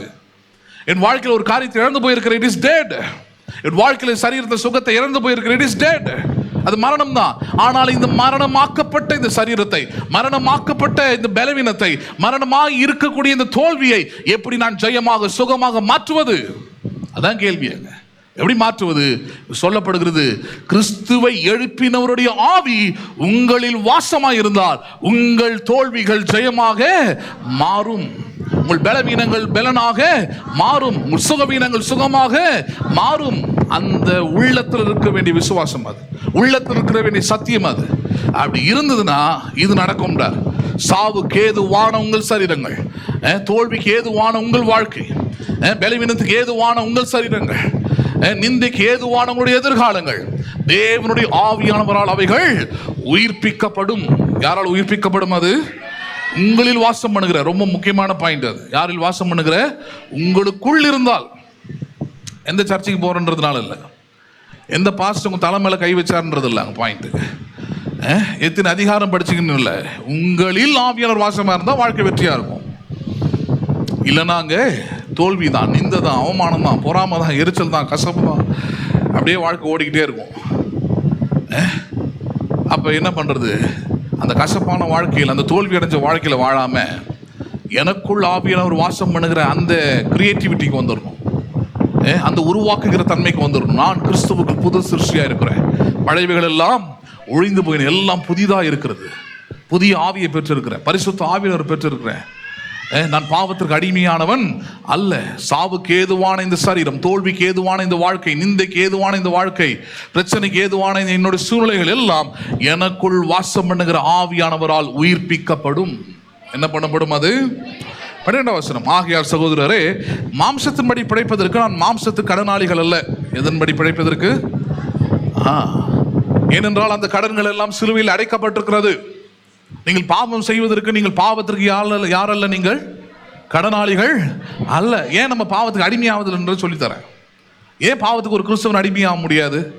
ஏன் ஒரு இந்த சத்தியத்தை, இப்படிப்பட்ட சத்தியத்தை கேட்கிற ஒரு விசுவாசி பாவம் செய்ய மாட்டான் இல்லை, ஆனால் அவன் பாவத்திற்கு அடிமையாவது இல்லை. அவன் முற்றிலும் ஒரு காலத்தில் விடுதலை ஆக்கப்பட்ட ஒரு மனுஷனாக இருக்கிறான். He was completely free from everything. எப்படி அவனால் விடுதலை ஆக முடியுது? இதுதான் பாயிண்ட். எதனால? சகோதரரே, மாம்சத்தின்படி பிழைப்பதற்கு நாம் மாம்சத்துக்கு யாரல்ல, நானு கடனாளி அல்ல. யாரல்ல? நானு. இன்னொரு வசனம் நீதிமொழிகள் இருக்குது, கடன் வாங்கினவன் கடன் கொடுத்தவனுக்கு அடிமைன்னு இருக்குது. கடன் கொடுத்தவனுக்கு அடிமைன்னு இருக்குது. அப்ப ஒரு காலத்தில் இந்த உலகத்தில் பிறக்கும் போது பாவத்தில் தான் பிறந்திருக்கிறோம். பிறந்து இந்த உலகம் நம்மை பெற்றெடுத்திருக்கிறோம். இந்த தாயின் கர்ப்பத்திலிருந்து எடுக்கப்பட்டிருக்கிறோம், உலகத்தின் வழியாக வந்திருக்கிறோம். ஆனால் அப்படி வரும்போது வேணா நான் பாவத்துக்கு அடிமையானவனா இருக்கலாம், வேற வழியில் I have to do it. நான் விரும்பினாலும் விரும்பாமல் இருந்தாலும் அது என்ன பண்ணுது, எனக்குள்ள இருந்து வெளியே வந்துதா ஆகும், உங்களுக்குள்ள இருந்து அந்த பாவங்கள் வெளியே வந்துதா ஆகும். ஆனால் ஆஃப்டர் யூ ஹேவ் ரிடீம்டு, ஆனால் நீங்கள் ரட்சிக்கப்பட்ட பிறகு, பரிசுத்த ஆவியானவர் பெற்றுக்கொண்ட பிறகு, தேவாவியானவர் பெற்றுக்கொண்ட பிறகு, நான் புது சிருஷ்டியா இருக்கிறேன் என்கிற அந்த உணர்வும் நம்பிக்கையும் அந்த தெளிவும் உங்களுக்குள்ள வந்த பிறகு என்ன உண்டாகணும், நான் இனி பாவத்திற்கு அடிமையானவன் அல்ல. எதற்கு அடிமையானவன் அல்ல? பாவமே செஞ்சிட்டேன்னு உணர்வு வந்தாலும் சொல்லணும், நான் பாவத்திற்கு என்ன ஆனவன் அல்ல, இனி செய்ய போறது இல்லை, இனி நான் அதுக்கு அடிமையானவன் அல்ல, அது இனிமேலே நான் ஆளுகை செய்ய முடியாது, அதுக்கு மேல என் மேல வல்லமை இல்லை, நான் அதற்கு கடனாளி அல்ல. ஏன் காரணம் அடுத்த வாரத்தை சொல்றார். 13 மாம்சத்தின்படி பிழைத்தால் சாவீர்கள், ஆவியினால் சரீரத்தின் செய்கைகளில் அழித்தால் பிழைப்பு. ஆவியானவர் உனக்குள்ள இருக்கிறாரு, ஆவியை கொண்டு மாம்சத்தை அழிக்க கற்றுக்கொள்கின்றார். எதை கொண்டு டிஸ்ட்ராய் பண்ண? நீ ஆவியை கொண்டு, ஆவியினாலே பிழைக்க கற்றுக்கொள், ஆவியின்படி வாழ கற்றுக்கொள், ஆவியை கொண்டு செயல்பட கற்றுக்கொள். அதான் வார்த்தைங்க. ஆவியினாலே சரீரத்தின் செய்கைகளை அழித்தால் என்னாவீர்கள் நீங்கள் பிழைப்பீர்கள். சரீரம் மனதை சொல்றதுதான் கேட்கும். மனம் கேடு உள்ளதுன்னு இருக்குது, மகா மாறுபாடு உள்ளதுன்னு இருக்குது. இவ்வளோ மோசமான ஒரு மனம், இந்த மனதை புதிதாக்கக்கூடிய வல்லமை, புதிதாக்கக்கூடிய இந்த தன்மை தேவ ஆவியானவருக்கு உண்டு. அந்த ஆவியானவர் உங்கள் உள்ளத்தில் அவர் வாசம் பண்ணுகிறபடினாலே நீங்கள் மாம்சத்துக்கு கடனாளிகள் அல்ல, ஆவியினாலே சரீரத்தின் செய்கைகளை என்ன பண்ணுவீர்கள், நீங்கள் அழித்தால் அடுத்த வார்த்தை இருக்குது, பிழைப்பீர்கள். என்ன பண்ணுவீர்கள் நீங்கள்? பிழைப்பு என்றால் வெற்றி, வாழ்வு, ஜெயம், ஆசீர்வாதங்கள், ஐஸ்வர்யங்கள், இதெல்லாம் தான் பிழைப்பு குறிக்கிறது. நம்ம லாங்குவேஜ் சொல்லலாம் வாழறான் அப்படின்றாங்களே, அது அந்த வார்த்தை. ஆவியை கொண்டு மாம்சத்தின் கிரியைகளை அழித்தால் நன்றாக வாழ்ந்திருப்பீர்கள், நன்றாக என்ன பண்ணுவீர்கள், நீங்கள் வாழ்ந்திருப்பீர்கள். ஆனால் மாம்சத்தின்படி பிழைத்தால் நிச்சயமாக என்ன உண்டாங்க, சாவு இருக்குதுன்றார். அதே தோல்வி, அதே பிரச்சனை, அதே பயம், அதே இறுக்கமான காரியம். புரியுதுங்களா இல்லையா? நீதிமொழிகளில் சொல்லப்படுகிறது, எப்போ காலையில் வரும் எப்போ இரவு வரும்ன்ட்டு இந்த பயந்தாங்குழி பயந்துக்கிட்டே இருப்பானா. இந்த பாவம் செய்தவன், பாவத்துக்கு பின்னாடி ஓடிக்கிட்டு இருக்கிறவன், அடிமையாக இருக்கிறவனுடைய வாழ்க்கைலாம் அப்படி தான். நிம்மதியும் இருக்காது, தூக்கம் இருக்காது. எப்போ என்ன ஆகும், என்ன சூழ்நிலைகள் மாறி போகும், என்ன தோல்வி உண்டாகும், இதே நினச்சிக்கிட்டே இருப்பான். காலையில் வந்தால் எப்போ நைட்டு வரும்னு பார்ப்பான், நைட்டு வந்தால் எப்போ காலையில் வரும்னு பார்ப்பான். வேத வசனம் பாருங்கள், அது ஏன் அப்படி இருக்கிறான்? அவன் உள்ளத்தில் இந்த ஆவியானவர் இருந்தால் அவர் சொல்லி கொடுப்பாரு. நீ எதுக்கு பயப்படுற, ஏன் இவ்வளோ வருத்தத்தோடு இருக்கிற, ஏன் இவ்வளோ பாரத்தோடு இருக்கிற, என்கிட்ட வந்து நான் என்ன பண்ணுவேன், இலைப்பாறுதலை வரதே இல்லை. சினிமாவுக்கு ஓடுறது, ஃப்ரெண்ட்ஸோடு ஓடுறது, டாஸ்மார்க்கு ஓடுறது, குடிக்கிற ஆளுங்களோட சேர்த்து துன்மார்க்கோட ஆளுங்களோட உட்காந்துருக்கிறது, குறை பேசுகிற ஆளுங்க, கோல் மூட்டுற ஆளுங்க, இவங்களோடலாம் டைம் ஸ்பெண்ட் பண்ணிட்டு உட்காந்துருந்தா அப்போ உள்ளத்தில் பயம் மட்டும்தான் என்ன பண்ணுதாங்க நிற்கும். ஏன்னா அவங்க எல்லாருமே உங்களோட கூட எல்லா நேரத்துலையும் வர போகிறதில்ல. அவனும் பாவம் செஞ்சு உங்களையும் பாவம் செய்ய வச்சுட்டு அவன் பாட்டு நான் வேலையை பார்த்துக்கிட்டு இருப்பான். ஆனால் உங்களால் அப்படி செய்ய முடியாது. அதனால தான் சொல்கிறார், தேவ ஆவியானவர் உங்கள் வாசமாக இருந்தால் மாம்சத்தின்படி செய்யக்கூடிய இந்த கிரியைகளை ஆவியை கொண்டு என்ன பண்ணீங்க அழிச்சால் நீங்கள் என்ன பண்ணுவீங்க, நீங்கள் பிழைப்பீர்கள். இதுக்கு ஒரு உதாரணத்தை நான் எசேக்கியேல் வந்து எடுத்து காண்பிக்க விரும்புகிறேன். எசேக்கியேல் 37 அதிகாரம். எசேக்கியேல் 37 அதிகாரம்.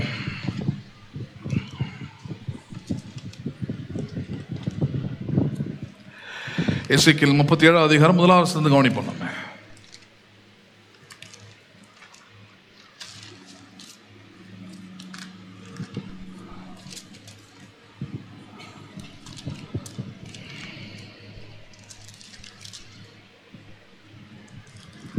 எசேக்கியேல் 37 1வது வசனத்தை கவனிப்போம். கர்த்தருடைய கையின் மேல் அமர்ந்து கர்த்தர் என்னை ஆவிக்குள்ளாக்கி வெளியே கொண்டு போய் எலும்புகள் நிறைந்த ஒரு பள்ளத்தாக்கின் நடுவில் நிறுத்தி என்னை அவைகளின் அருகே சுற்றி நடக்க பண்ணினார். இதோ பள்ளத்தாக்கின் வெட்டுவெளியிலே அந்த எலும்புகள் மகா திரளாய் கிடந்தது, அவைகள் மிகவும் உலர்ந்ததுமாயிருந்தது.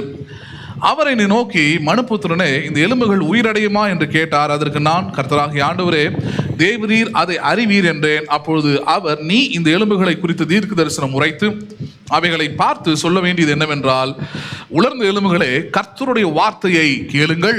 கர்த்தராகிய ஆண்டவர் இந்த எலும்புகளை நோக்கி, இதோ நான் உங்களுக்குள் ஆவியை பிரவேசிக்க பண்ணுவேன், அப்பொழுது உயிரடைவீர்கள்.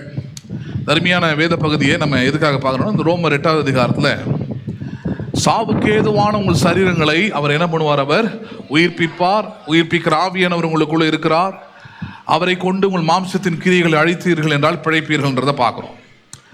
இது எசேக்கியேல் 37 அதுக்குரிய ஒரு அழகான ஒரு சம்பவம் இருக்குது. எசேக்கியேல் தீர்க்கதரிசி ஆண்டவர் ஒரு நாள் ஒரு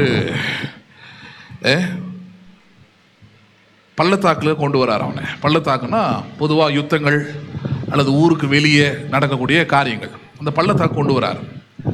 அந்த பள்ளத்தாக்குக்கு வந்தால் அங்கே என்ன இருக்குதுன்னு பார்த்தீங்கன்னா முழுக்க மனிதர்களுடைய எலும்புக்கூடுகள் இருக்குது. மொத்தம் எல்லாமே கிடக்குதாங்க. அதுவும் மகாத்திரளாக இருக்குதுன்றது, ஏராளமாக இருக்குது. ஊருக்குள்ளே சண்டை நடக்குதுன்னா கூட அவ்வளோ பேர் செத்த என்ன பண்ணுறது? ஒரு போரில் ஒரு 100 பேர் 200 பேர் 1000 பேர் 2000 பேர் செத்தா அடக்காரதெல்லாம் பண்ணிட்டு உட்காந்துருக்க முடியாது. அப்படியே பிரேதங்கள் கிடக்கும், அப்படியே அழுகி போகும். கடைசி எலும்பு கூட தான் மிஞ்சு மருந்து. எலும்பு எல்லாத்தையும் மொத்தமாக வாரி இந்த பள்ளத்தாக்கில் தான் தூக்கி போட்டுருவாங்க. அவ்வளோதான், முடிஞ்சு போச்சு. அது யாருது என்னது ஒன்றும் தெரியுது, அவ்வளோதான், அது முடிஞ்சு போச்சு, அவ்வளோதான். அந்த மாதிரி ஒரு இடம். அந்த இடத்துக்கு எசேக்கியேலை ஆவியானவர் கொண்டு போகிறார். கொண்டு போய் நிறுத்திட்டு ஆவிக்குள் ஆகி தாங்க போகிறான். கொண்டு போய் நிறுத்திட்டு அவனை பார்த்து கேட்குறாரு, இந்த எலும்புகள் உயிரடையமா சொல் அப்படின்றார். இந்த எலும்புகள் என்ன ஆகுமா? இது உயிரடையுமா சொல். நிறைய நேரத்தில் நம்முடைய சூழ்நிலைகள், இந்த பிரச்சனை சரியாகுமா சொல் அப்படின்னு நமக்குள்ளேயே கேட்டுக்கிறோம்.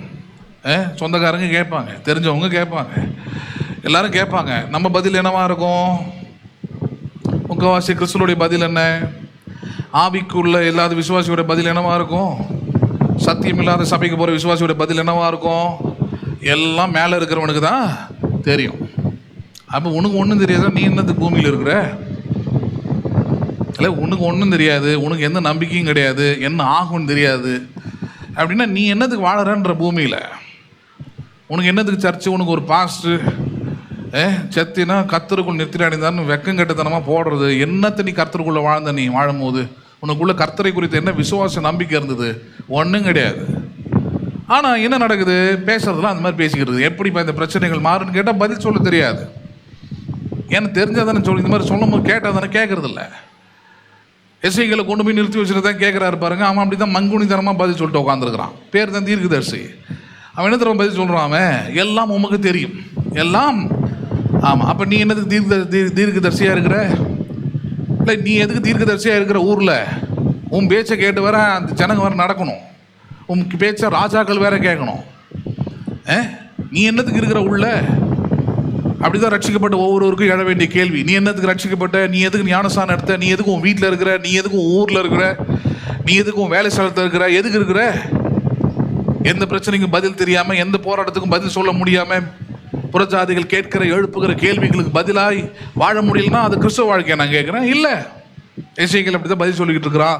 இந்த உலர்ந்த எலும்புகள் எழுமா அப்படின்னு கேட்குறாரு. என்ன ஆகும்னு கேட்குறாரு. தெரியாது ஆண்டவரே, உமக்கு தெரியும். 2வது வசனம், என்னை அவைகளின் அருகே சுற்றி நடக்க பண்ணினார். இந்த பள்ளத்தாக்கின் வெட்டவெளியிலே அந்த எலும்புகள் மகாத்திரளாய் கிடந்தது, அவைகள் மிகவும் உலர்ந்ததாக இருந்தது.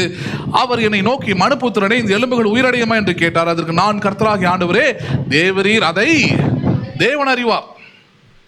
கேட்கறதுக்கு ரொம்ப அற்புதமாக இருக்கும். தேவன் அறிவார். யார் அறிவார் அதை?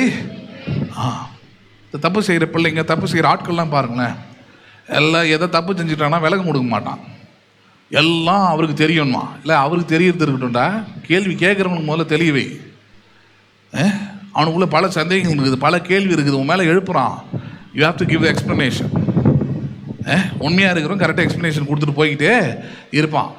அங்கே பதிலே இல்லாத ஆள் என்ன பண்ண முடியாது? பதில் தெரியாது, பதில் இல்லை, அவன் மேலே குற்றம் இருக்குதுன்ற ஆள் எல்லாம் அவருக்கு தெரியும்னு போய்கிட்டே இருப்பான். அவர் பார்த்து கொள்வார்ன்றது வேற, ஆனால் அவருக்கு தெரியுன்றது கம்ப்ளீட்டாக வேற. உனக்கு தெரிஞ்சிருக்கணும். யாருக்கு தெரிஞ்சிருக்கணும்? அது உலர்ந்த எலும்புகள் முன்னாடி போய் நிற்கும் போது உனக்கு தான் தெரிஞ்சிருக்கணும். இது என்ன ஆகும்? என் தேவனால் இந்த உலர்ந்த எலும்புகளுக்கு என்ன நடக்கும் அப்படின்னா கடவுள் யாருன்னு தெரிஞ்சுக்கணும், கடவுளுடைய ஆவியானவர் யாருன்னு தெரிஞ்சிருக்கணும். இதெல்லாம் தெரிஞ்சாதான் அதுக்கு பதில் பேச முடியும். அவன் சொல்லிட்டு அடுத்த வார்த்தை பாருங்க, 3வது வசனம், அவரை என்னை நோக்கி, மனுபுத்திரனே, இந்த எலும்புகள் உயிரடையுமா என்று கேட்டார். அதற்கு நான், கர்த்தராகிய ஆண்டவரே, தேவரின் அதை நீர் அறிவீர் என்றேன். அப்பொழுது அவர் இந்த எலும்புகளை குறித்து தீர்க்க தரிசனம் உரைத்து அவர்களை பார்த்து சொல்ல வேண்டியது என்னவென்றால் சொல்லிக் கொடுக்குறார்.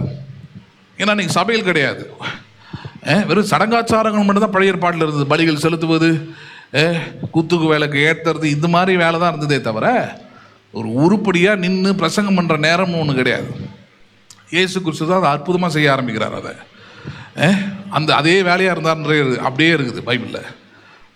எங்கும் சுற்றி திரிந்து போதகம் பண்ணினார், பிரசங்கம் பண்ணினார், இப்படியே தான் இருக்கும். இயேசு கிறிஸ்துவை படித்து பார்த்தீங்கன்னா அப்போ அப்படிப்பட்ட ஒரு பிரசங்கம் செய்கிற அல்லது கடவுள் யார் என்பதை எடுத்து சொல்லக்கூடிய அந்த வேலையை சிறப்பாக அது ஒரு வேலையை எடுத்து செய்ய ஆரம்பிச்சது அவர் தான். அதுக்கப்புறம் தான் பவுல் இன்னும் பெஸ்ட்டாக செய்கிறார். அதை ஏன் ஊழியக்காரர்கள் எழுமணும், ஏன் ஊழியங்கள் தேவை, ஏன் சபைகள் தேவை, கடவுளை பற்றி அறிவிய மனுஷனுக்கு தேவை அப்படின்றத பவுலுடைய ஊழியங்கள்லாம் அதெல்லாம் நிரூபிச்சது பாருங்க.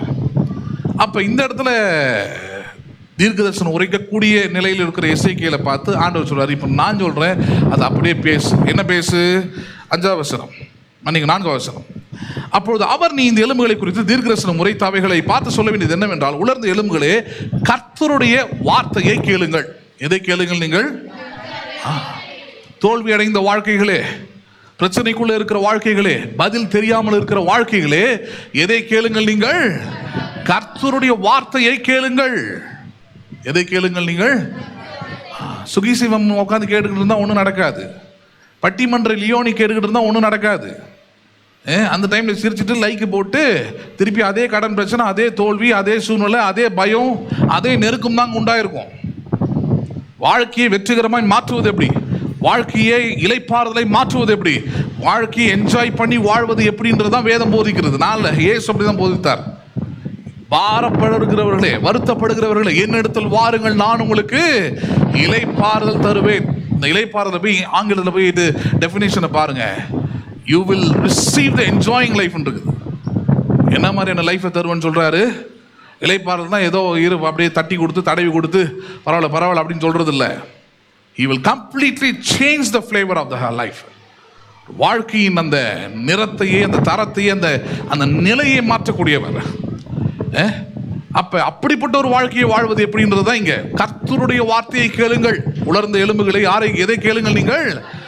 ஆக்சுவலா எசேக்கியேல் தான் பண்ணிருக்கணும் முதல்ல. இதெல்லாம் என்ன ஆகும்னு கேட்டு தான் சொல்லணும். கர்த்தருடைய வார்த்தை இந்த உலர்ந்த எலும்புகள் கேட்டால், இந்த உலர்ந்த எலும்புகளுக்குள் ஜீவன் பிரவேசிக்கும், ஆவி பிரவேசிக்கும். ஆவியானவர் அவைகளை எழுப்புவார். பெரும் திரள் சேனையாய் அவைகள் எழும்பும், மாற்றம் உண்டாகுவாங்க. அப்ப அது உண்டாகணும்னா அதுக்கு முதல்ல என்ன உண்டாகணும்? கர்த்தருடைய வார்த்தை. எதுக்கு இப்ப உள்ளத்தை திறந்து உங்கள் தேவனோட வார்த்தையை கேட்குறீங்க? ஏன்னா கடவுளுடைய வார்த்தையை உள்ளத்துல கொண்டு போனீங்கன்னா தான் உள்ள இருக்கிற ஆவியானவர் அந்த வார்த்தையை கொண்டு செயல்படுவார். If you not receive the word, the Spirit of God does nothing. உங்களுக்குள்ள பரிசுத்த வார்த்தை இல்லைன்னா பரிசுத்த ஆவியானவர் ஒன்றும் செய்ய முடியாது. ஆதியாகமம் 1 அதற்கான சாட்சி. பூமியின் மேல் இருள் இருந்தது, ஒழுங்கீனம் இருந்தது, ஆனால் ஒரு மாற்றமும் இல்லை. அடுத்த வார்த்தை சொல்றது, தேவ ஆவியானவர் அங்கு அசைவாடி கொண்டிருக்கிறார், ஆனாலும் there is no change. ஆவியானவரால் அங்க மாற்றம் ஆரம்பிக்கப்படல. ஆவியானவர் மாற்றத்தை உண்டு பண்ணுகிறார். ஆனால் மாற்றம் எங்கிருந்து ஆரம்பிக்கப்படுகிறது? ஆவியானவர் ஏன் மாற்றத்தை உண்டு பண்ணினார்? ஏன் வெளிச்சத்தை கொண்டு வந்தார்? ஏன் எல்லாவற்றையும் ஒழுங்காக்கினார்னா 3ஆவது வசனம், வெளிச்சம் உண்டாக கடவது. அந்த என்றான்ற வார்த்தை தான். He spoke in the word.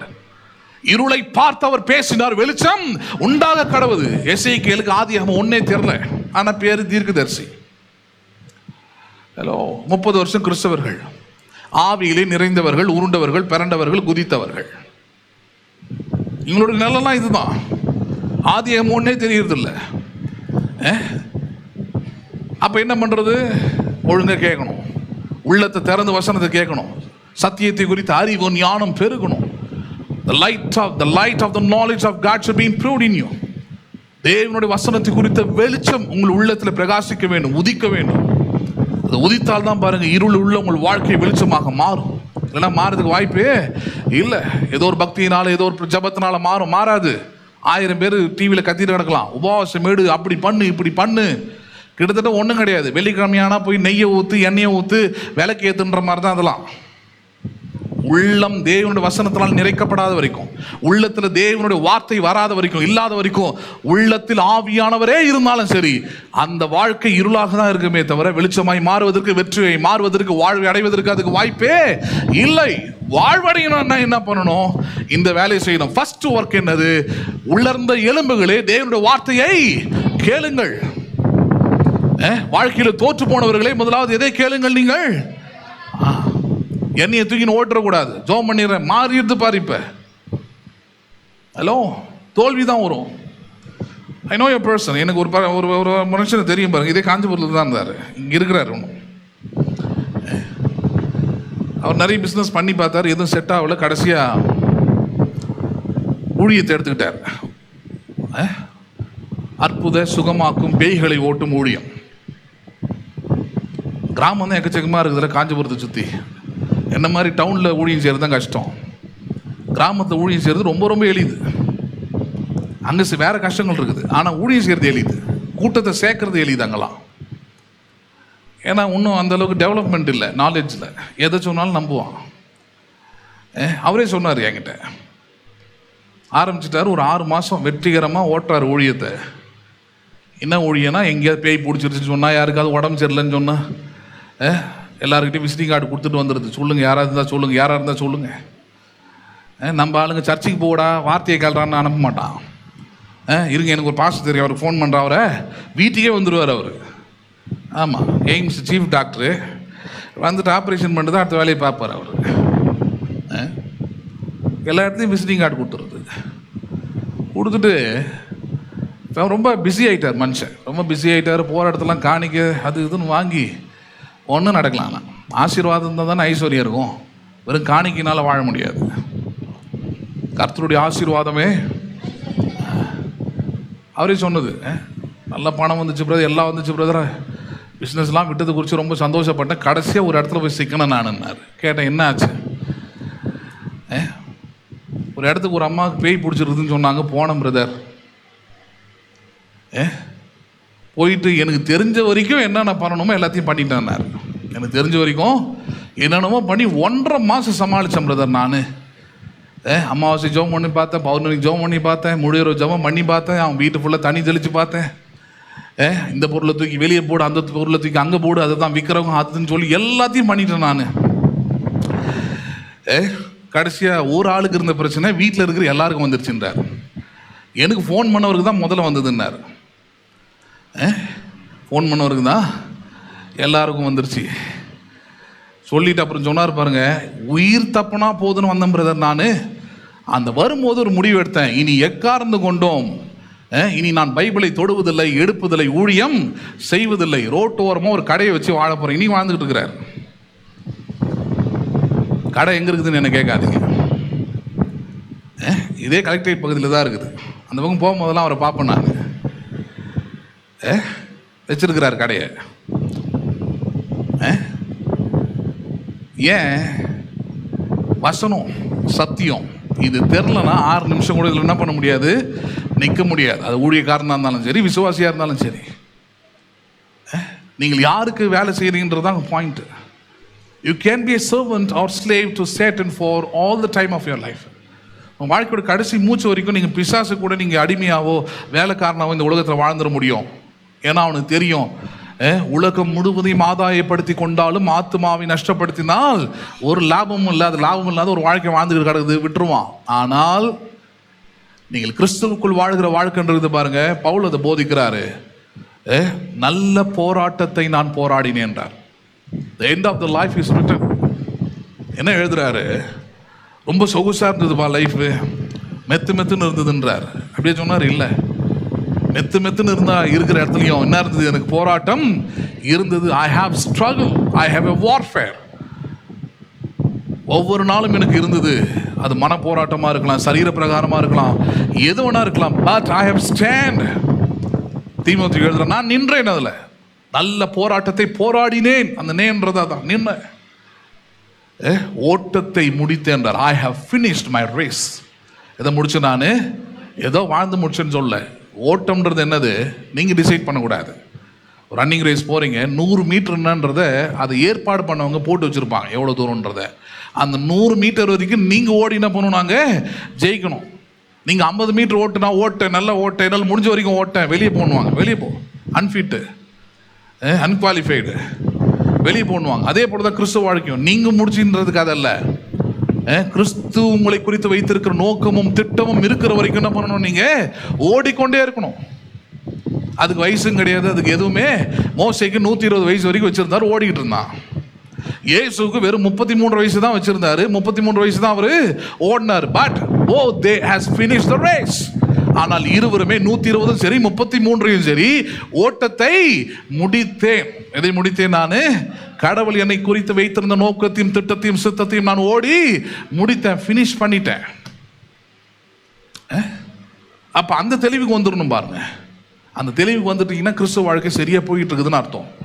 ஏன் அந்த தெளிவு இல்லை, ஏன் இவ்வளோ தூரம் இந்த மாதிரியான வாழ்க்கைக்குள்ளெல்லாம் வரது இல்லைன்னா, த ஃபர்ஸ்ட் திங், முதல் விஷயம் என்ன, நான் கிறிஸ்துவனா இருப்பதற்குரிய முதல் தகுதி என்ன, நான் என் உள்ளத்தை தேவனுடைய வார்த்தையால் சத்தியத்தால் நிரப்ப வேண்டும். எதால் நிரப்ப வேண்டும்? நான் ஒரு செடியோ ஒரு மரமோ நன்றாய் வளர்வதற்கு அல்லது அது கனி கொடுப்பதற்கான முதல் வேலை என்ன, அந்த செடிக்குரிய அந்த மரத்துக்குரிய விதை எங்க இருக்க வேண்டும்? அது மண்ணில் இருக்க வேண்டும். எங்க இருக்க வேண்டும்? அது செல்ஃப்லேயோ பேக்கெட்டுக்குள்ளேயோ ஹலோ வேற எங்க இருந்தாலும் அதால் எந்த பிரயோஜனமும் இல்லை. அதே போலதான் ஒரு கிறிஸ்துவ வாழ்க்கையும்.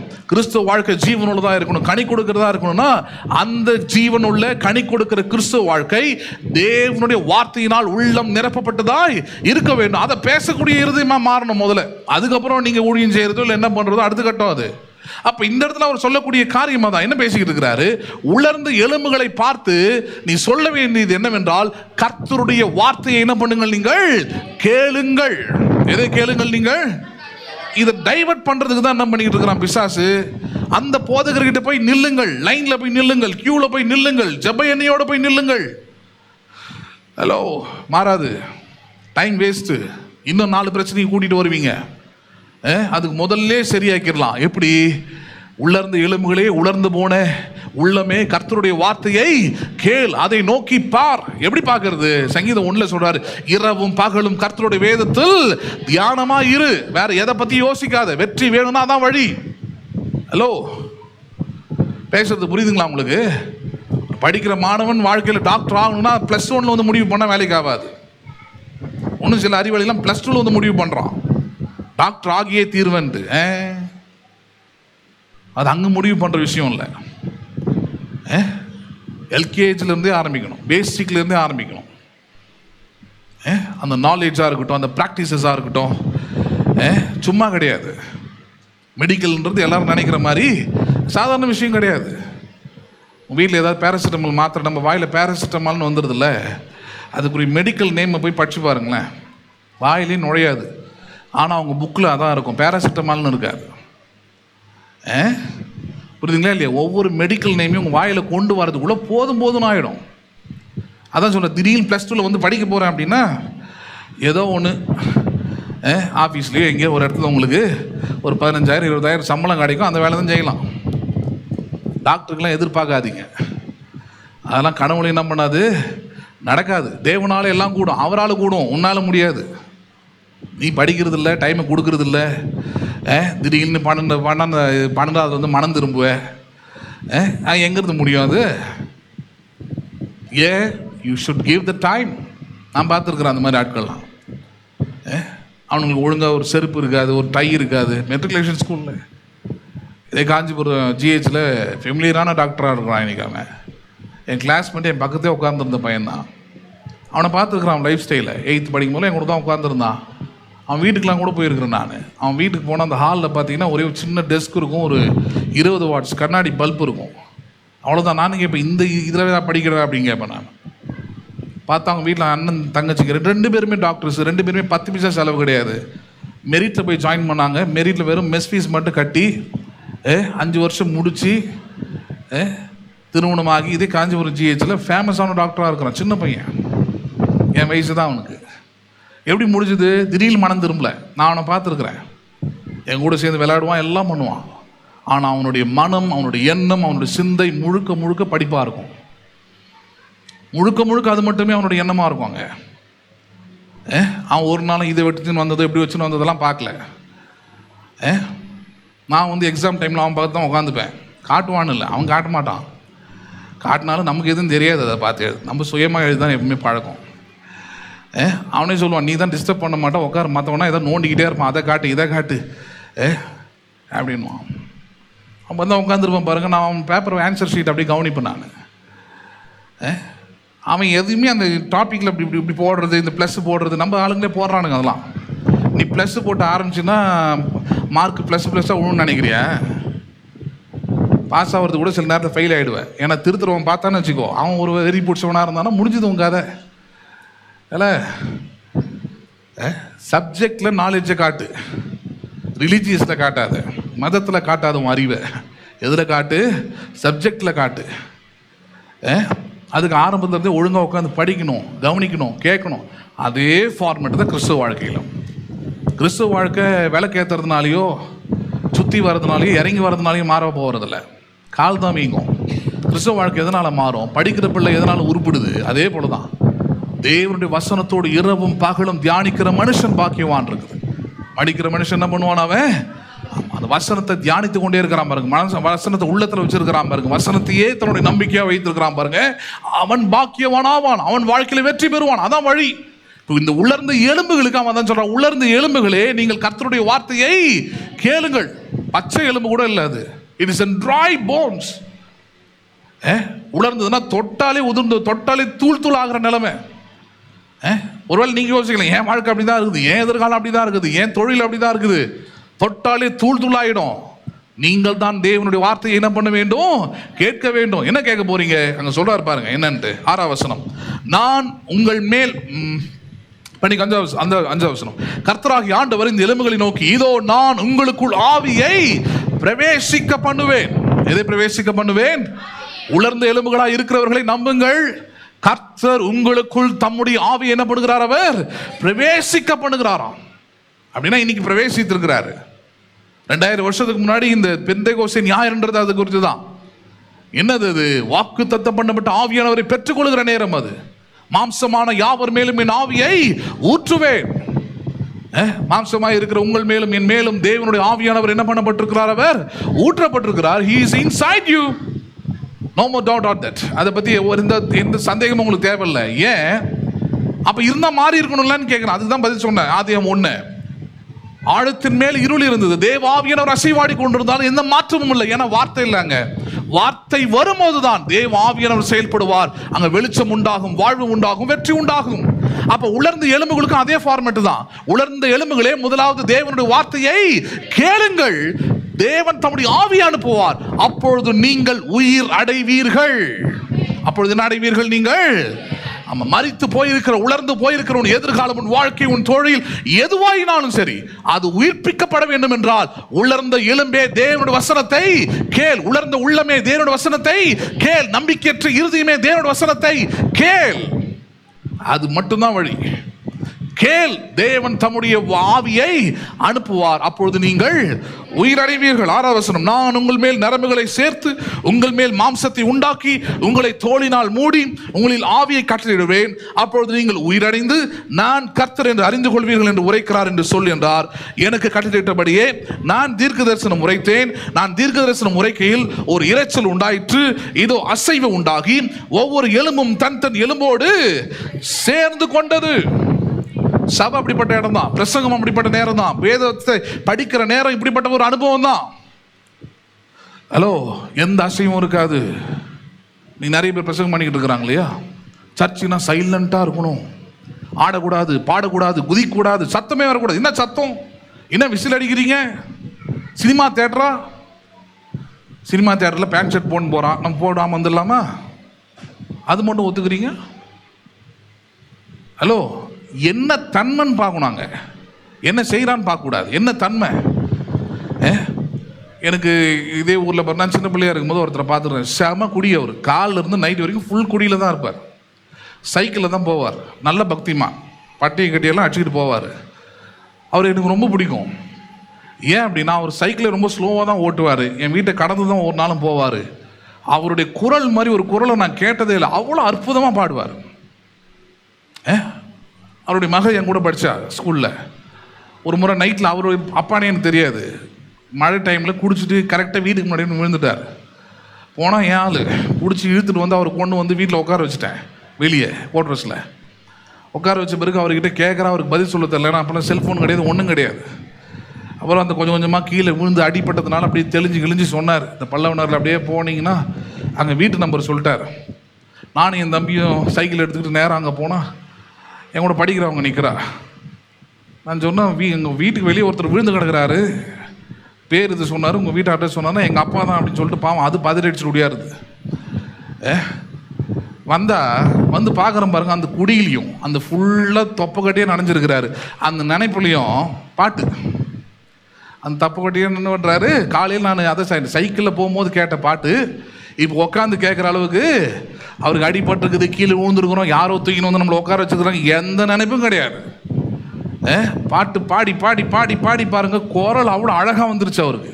அப்படிதான் வரும் குரல்லாம். திடீர்னு வந்து பாட்டு பாட போகிறேன் அப்படின்னு வந்தீங்கன்னா ஒன்றும் வராது, இஞ்சி மரப்பா விற்கிற மாதிரியே இருக்கும். அப்புறம் கிறிஸ்துவ பாட்டு கேளுங்கன்னா எப்படி கேட்பான்? நான் கேட்குறேன், பேசுறது புரியுதுங்களா இல்லையா? சில கிறிஸ்தவர்லாம் ஒரு ஊழியக்கார பார்த்து அவர் சொல்றார், அடியேன் இது வரைக்கும் 90 வால்யூம் வெளியிட்டு இருக்கிறேன். ஐயோ, ஒரு பாட்டு கூட நான் கேட்டதில்லை, 90 வால்யூம் நீ எப்பங்க வந்து வெளியிட்ட? ஏன்னா அதுக்குன்னு அழைக்கப்படலை, உனக்கு அதுக்குன்னு கிருபை கிடையாது, உனக்கு அந்த வேலை கிடையாது. ஆசை இருக்குது, வந்தாச்சு, வந்துட்டு 90 வால்யூம், ஒவ்வொரு வால்யூம்லும் 10 பாட்டு. எத்தனை பாட்டு பாருங்க, அதில் என்ன பாட்டோ தெரில.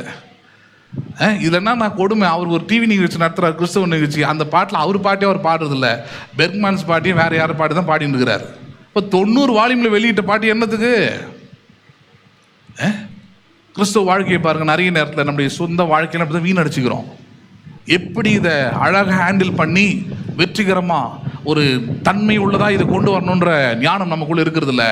இங்கே அவனுக்கு சொல்லிக் கொடுக்குறாரு.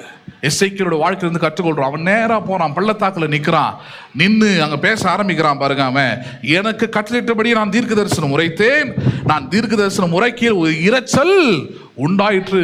ஐ ஹவ் ஹர்ட் த சவுண்ட். சபனா என்ன இருக்கும்? சபனா என்ன இருக்கும்? சத்தம் இருக்கும். சபனா என்ன இருக்கும்? நல்லதுன்னு சொல்லுங்களேன். கீச்சு மூச்சு சத்தம் இல்லை, ஒப்பாரி சத்தம் இல்லை. வசனம் சொல்லுது ஆர்ப்பரிப்பின் சத்தம் இருக்குது, ஜெய கம்பீரத்தின் சத்தம் இருக்குது, வெற்றியின் சத்தம் இருக்குது. இந்த சத்தம்லாம் எங்கே தான் கேட்கும்? இது சினிமா தியேட்டரில் இல்லை, சர்ச்சில் தான் கேட்கும். ஏன் கேட்குது? அதான் பாயிண்டாங்க. why it's heard. ஏன் கேட்டது? ஏன் அங்கே தேவனோட வார்த்தை இருக்கிறது, அங்கே தேவ ஆவியானவர் இருக்கிறார். ஆவி இருந்தால் சத்தமும் இருக்கும், அசைவும் இருக்கும்னு அர்த்தம். ஆவி இல்லைனா தான் டெட்டுன்னு அர்த்தம் இல்லையா? அப்போ இங்கே அதுதான் சொல்றாரு. எப்படி? நான் பார்த்து கொண்டு இருக்கையில் இதோ அவைகள் நரம்புகளும் மாம்சம் உண்டாயிற்று, மேற்புறமும் தோலினால் அது மூடிற்று, ஆனாலும் அவைகளில் ஆவி இல்லாது இருந்தது. என்ன இல்லாது இருந்தது? வார்த்தையை பேசின உடனே பாடி ரெடி ஆயிடுச்சு, வார்த்தையை பேசின உடனே உலர்ந்த எலும்புகள் மேலே சதைகளும் நரம்புகளும் உண்டாயிருச்சு. But still it is not alive. ஆனால் இன்னும் அவைகள் செயல்படக்கூடிய நிலையில் இல்லை. ஏன்னா அங்கே யார் இல்லைங்க? ஆவி இல்லை அந்த சரீரத்தில். என்ன ஆனது? 8ஆம் வசனம், மன்னிக்கு 9ஆம் வசனம். அப்பொழுது அவர் என்னை பார்த்து, நீ ஆவியை நோக்கி தீர்க்க தரிசனம் உரை. எதை நோக்கி தீர்க்க தரிசனம் உரை? வார்த்தை எப்படி கிரியை செய்து பாருங்க. சொல்றாரு, ஆவியை நோக்கி நான் அர்த்தம், பரிசுத்த ஆவியினரை கொண்டு நீ பேசு. தோல்வி அடைந்த என் வாழ்க்கையே தேவ ஆவியினால் நீ உயிர்ப்பிக்கப்படுவாய். நம்புறீங்களா நீங்க? அதை பலவீனமான என் சரீரமே, நீ தேவனுடைய ஆவியினால் உயிர்ப்பிக்கப்படுவாய். சாவுக்கு ஏதுவான சரீரமே, கிறிஸ்துவை எழுப்பின ஆவி உனக்குள் வாசமாயிருக்கிறபடியால் நீ பலன் அடைவாய். பேசணும், தீர்க்கதரிசனம் உரைக்கணும். அதுதான் தீர்க்கதரிசனம். வருங்காலத்தை குறித்து பேசுவதுன்னு அர்த்தம். ப்ராஃபெசினா என்ன? foretelling upcoming things, வரக்கூடியவைகளை பேசக்கூடியது. அப்போ உங்களுக்கு என்ன வரணும்? வெற்றி வரணுமா? அப்போ அதுதான் பேசணும். அதுதான் தீர்க்கதரிசனம். தீர்க்கதரிசனம் எப்போ கல்யாணம் ஆகும்னு பேசுறது இல்லை, எப்போ உன் வாழ்க்கை சரியாகும், அது ஜோசியம். அது தீர்க்கதரிசனம்னா என்ன? வருங்காரியங்களை குறித்து பேசுவது. வருங்காரியம் என்ன? வசனம் சொல்லுது, வருங்காரியம் என்ன? நீ பெரும் திரள் சேனையாய் ஜெயமாய் நல்லா வாழணுன்றதுதான் வருங்காலத்தை குறித்து தேவனோட திட்டம். அப்ப இங்க அதுதான் பேசணும். அப்ப தீர்க்கதரிசியாகிய எசேக்கியேல் தான் செய்கிறார். போறாரு, நிற்கிறாரு, வார்த்தையை பேசுறாரு, நரம்புகளும் சதைகளும் அந்த உலர்ந்த எலும்புகள் மேல உண்டாகுது, ஆனால் அசைவற்றதா இருக்கிறது. சொல்றாரு, ஆவியை பார்த்து பேசு. எதை பார்த்து பேச? நீ ஆவியை பார்த்து என்ன பேசுறது? அங்க பேசுறாரு பாருங்க. அப்பொழுது அவர் என்னை பார்த்து, நீ ஆவியை நோக்கி தீர்க்கதரிசனம் உரை. மனுபுத்திரனே, நீ தீர்க்கதரிசனம் உரைத்த ஆவியை நோக்கி கர்த்தராகி ஆண்டவர் உரைக்கிறது என்னவென்றால், ஆவியே, நீ காற்று திசை நான்கிலும் இருந்து வந்து கொலையுண்ட இவர்கள் மேல், இவர்கள் உயிரடையும்படிக்கு இவர்கள் மேல் ஊது என்கிறார் என்று சொல் என்றார். யுத்த காலத்தில் வெட்டு உண்டு செத்தவர்கள் பாருங்க, கொலை செய்யப்பட்டு செத்தவர்கள், உலர்ந்த எலும்புகளா இருக்கிற இப்ப சதெல்லாம் வந்துருச்சு. சொல்றாரு, இவர்கள் மறுபடியும் அதே போர் சேவர்களை போல எழும்பி நிற்கணும்னா ஆவியை நோக்கி தீர்க்க தரிசனம் உரை. அப்பொழுதுதான் இந்த உலர்ந்த எலும்புகள் இப்ப மாறி இருக்கிற இந்த நிலை, இது செயல்படக்கூடியதா என்ன பண்ணும்? இது மாறும். ரட்சிக்கப்பட்டீங்க, தேவனுடைய பிள்ளையா இருக்கிறீங்க, ஆசீர்வாதத்தின் பாத்திரங்களா இருக்கிறீங்களா? சுகத்தின் பாத்திரங்களா இருக்கிறீங்களா? தேவனுடைய நன்மைகளுக்கும் ஆசீர்வாதங்களுக்கும் நீங்க சாட்சியா நிற்கிறீங்களா? ஆர் யுவர் லைஃப், உங்களுடைய வாழ்க்கை இருக்குதா? யோசிச்சு பாருங்க. இல்லைன்னா அர்த்தம் சதைகள் நரவுகள்லாம் உண்டாயிருச்சு, ஆனா இன்னும் உள்ள என்ன கிடையாதுங்க, ஆவி இல்ல. Still you are still bonded with some sin. இன்னும் சில பாவத்தோட சில உலக காரியங்களோடு நீங்கள் அடிமைப்பட்டிருக்கிறீங்க. சொல்ற ஆவியை பார்த்து உரை, ஆவி உனக்குள் பிரவேசிக்கும். என்ன நடக்கும்? 10வது வசனம், எனக்கு கற்பிக்கப்படியே நான் தீர்க்கதரிசனம் உரைத்தேன், அப்பொழுது ஆவி அவர்களுக்குள் பிரவேசிக்க அவர்கள் உயிரடைந்து கால் ஒன்றி மகா பெரிய சேனையாய் நின்றார்கள். ஆவியானவர் உள்ள பிரவேசிக்கும் போது, ஆவி உங்களுக்குள்ளே கிரியை செய்ய ஆரம்பிக்கும் போது, when the spirit of God working in you, you will stand and thrive as a warfare. நீங்கள் காலூன்றி எழும்பி நின்று யுத்த வீரர்களை போல நீங்கள் நிற்பீர்கள். யாரை போல நிற்பீர்கள்? நீங்கள் சப்பானியை போல அல்ல, தோல்வி அடைந்தவனை போல அல்ல, நிந்திக்கப்பட்டவனை போல அல்ல, தலை நிமிர்ந்து நிற்கக்கூடிய ஜெய வீரர்களாய் நிற்பீர்கள் என்றார். நம்புறீங்களா? நீங்க வாழ்க்கைனா அதுதான். 4 பேர் பேசிட்டான், ஒரு மாதிரியா சொல்லிட்டான், ஒரு மாதிரி அசிங்கமாயிடுச்சு, வெக்கமாயிடுச்சு. நெவர். நான் காலூன்றி நிற்கும்படியாக அழைக்கப்பட்டவன், தலை நிமிர்ந்து நடக்கும்படியாக அழைக்கப்பட்டவன், தலை குனிந்து வாழ தேவனை விடுவது இல்லை. சங்கீதக்காரன் அப்படியே இதை அறிக்கை செய்கிறான், சுற்றிலும் இருக்கிற என் சத்துருவுக்கு மேலாக என் தலை உயர்த்தப்படும். நம்ம என்ன பேசிக்கிட்டு இருக்கிறோம்? சுற்றி என்ன பேசிக்கிட்டு இருக்கிறோம். அதனாலதான் உலர்ந்த எலும்புகளாவே இருக்கிறது. ஆவியானவர் எதையுமே செய்யறதே இல்லை. ஏன்னா அவரை குறித்து தீர்க்கதரிசனம் உரைக்கிறதே இல்லை.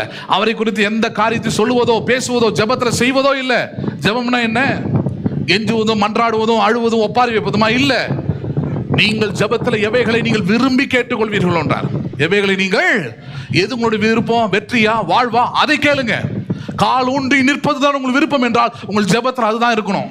ஆண்டவரே, நான் கால் ஊன்றி நிற்பேன். நான் எப்படி நிற்பேன்? நான் நிந்திக்கிற மக்கள் மத்தியில, தடிக்கு விழுந்த இடத்துல, கால் வாரி விடப்பட்ட இடத்துல கால் ஊன்றி பெரும் திரள் சேனையாய் நிற்பேன்.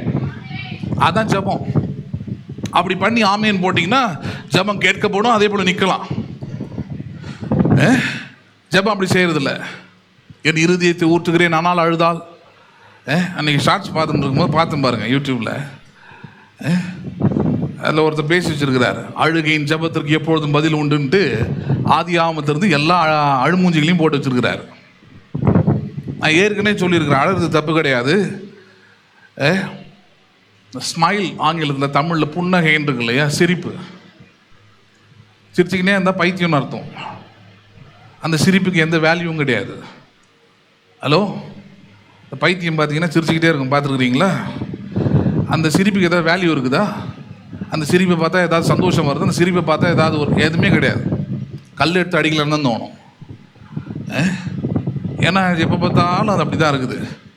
ஆனால் சில ஆள்லாம் பாருங்கள், ஏற்ற நேரத்தில் சமயத்தில் அவங்களோட சிரிப்பு, அந்த புன்னகைன்னு சொல்கிறோம்ல, ஸ்மைல், அது வந்துச்சுன்னா அது எவ்வளோ துக்கத்தில் இருந்து வரக்கூடிய மனுஷன் என்ன பண்ணணும், அது புத்துயிர் கொடுத்துரும் அவனுக்கு. அவ்வளோ அழகானதாக இருக்கும், பார்த்துக்கிட்டே இருக்கலாம் போல இருக்கும், அருமையானதாக இருக்கும், ரசிக்கக்கூடியதாக இருக்கும், இன்பமாக இருக்கும். அதுக்கு பேர் தான் புன்னகை தமிழில். அழுகையும் அதே போல ஒரு தன்மை தான், அதே போல ஒரு உணர்வு தான். எப்படி புன்னகிப்பது ஒரு அற்புதமான அல்லது ஒரு இனிமையான ஒரு அனுபவம் சொல்கிறனோ, அழுகையும் அதே போல தான். அழுமூஞ்சிங்களை பாருங்க, எரிச்சலாக தான் இருக்கும், ஓடி போயிடுன்னு நான் சில ஆளுங்களாம் பார்த்து. என் முன்னாடி உட்காந்து அழாது. அழுகிறது ஹேபிட். அது எப்படி சிரிச்சுக்கிட்டே இருக்கிறது பைத்தியமோ, அழுதுகிட்டே இருக்குது அது ஒரு பைத்தியம். ஹலோ, தொட்டத்துக்கு அழுகுறது, எல்லாத்துக்கும் அழுதுகிட்டே இருக்குது, விலகாது. அது ஆணாக இருந்தாலும் சரி, பெண்ணாக இருந்தாலும் சரி. You can use your cry. அழுகையை நீங்கள் பயன்படுத்தலாம். அது அற்புதமான ஒரு விஷயம். அது தமிழில் அதுக்குன்னா நிறைய வார்த்தைகள் இருக்குது, அதெல்லாம் பேசிட்டேன்னா அப்புறம் டைம் இருக்காது எனக்கு. அற்புதமான வார்த்தையாக இருக்கும். நல்ல வெயில் வெட்ட வெளிச்சு அடிச்சுட்டு இருக்குது, 40 டிகிரி 45 டிகிரி. அந்த டைமில் பார்த்தீங்கன்னா திடீர்னு அந்த கிளைமேட் மாதிரி லைட்டாக ஒரு சாரல் மாதிரி நம்ம மேலே விழும். அது வரைக்கும் உடம்பெல்லாம் எரிஞ்சிருக்கும், அது வரைக்கும் ஏன்டா வெளியே வந்தோன்னு இருக்கும். அது வரைக்கும் இருந்த மரம் செடி கொடி எதையும் பார்த்து ரசிச்சிருக்க மாட்டோம். சபிச்சுக்கிட்டே வந்திருப்போம், திட்டிக்கிட்டே வந்திருப்போம், கஷ்டத்தோடு வந்திருப்போம். லைட்டாக அந்த ஸ்ப்ரிங்க்லிங் வாட்டர் மாதிரி அந்த லைட்டாக அந்த தூரல் போட ஆரம்பிச்சதுன்னா அந்த மனநிலைமையே மாறிடுது பாருங்கள், அந்த இயற்கையே மாறிடுது. எல்லாத்தையும் ரசிக்க ஆரம்பிச்சிருவோம், நனைய ஆரம்பிச்சிருவோம். ஏன் அழுகையோ அது மாதிரி தன்மை உள்ளதா? அண்ணாளுடைய அழுகு அப்படி தான் இருந்து, போய் படிக்கிறதே இல்லை போயிட்டு. அண்ணாலும் அழுதான்றது யாருக்குமே தெரியாது. எழுதியிருக்கிறதுனால நமக்கு தெரிஞ்சது, அவ்வளோதான். ஆனால் அவள் அழுதான்றது ஊழியக்காரனுக்கே தெரில. அவன் நினச்சிக்கிட்டு இருந்தால் ஏதோ குடிச்சிட்டு வந்து பெணாத்திட்டு கிடக்கிறா, ஏதோ ஜோம் பண்ணிட்டு கிடக்கிறா. இவ்வளோ நேரம்லாம் யாரும் ப்ரேயர் பண்ண மாட்டாங்க. ஏன்னா மனக்லேசத்தை ஊட்டினால் இருக்குது. மனதம் பண்ணினா அவன் மனதை ஆண்டவர்கிட்ட கொட்டிக்கிட்டு இருக்கிறா. அதை பார்க்கும்போது பைத்தியம் மாதிரி தான் தெரியும். ஹலோ, மனம்ன்றது அவ்வளோ பவர்ஃபுல்லான மெட்டீரியல். அது லவ் பண்ணுற ஆளுலாம் பார்த்துருக்குறீங்களா? நீங்கள் பண்ணியிருக்க வாய்ப்பு இல்லை. நீங்களாம் பரிசுத்த வாட்டிகள், பரிசுத்தவான்கள். அதனால் உங்களுக்கு தெரியாது, தெரியாத மாதிரி உட்காந்துருங்க. இந்த லவ் பண்ணுற பசங்களை பாருங்கள், ஆட்களை பாருங்கள். அவங்ககிட்ட எனக்கு பிடிச்ச ஒரே விஷயம் என்ன தெரியுமா? 1000 விஷயம் அவனை சுற்றி ஓடிக்கிட்டு இருக்கோம். He will never care about anything. எதை பற்றியும் கவலைப்பட மாட்டான். அவன் தனி உலகத்தில் இருப்பான்.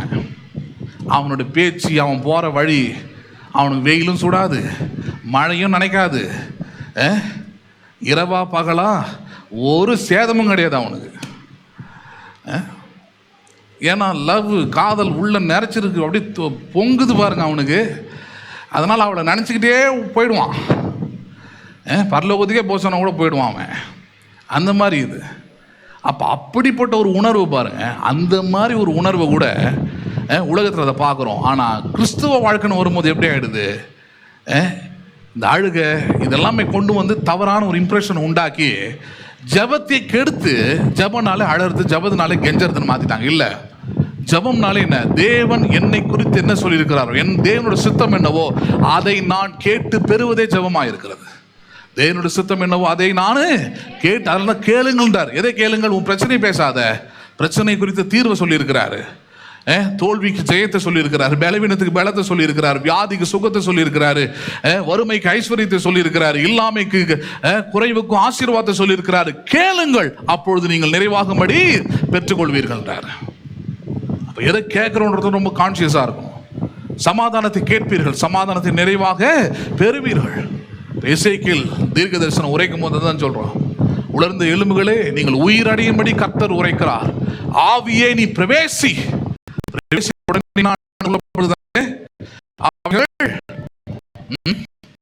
உயிரடைந்து காலூன்றி மகா சேனையாய் எப்படி நின்றார்கள் அவர்கள்?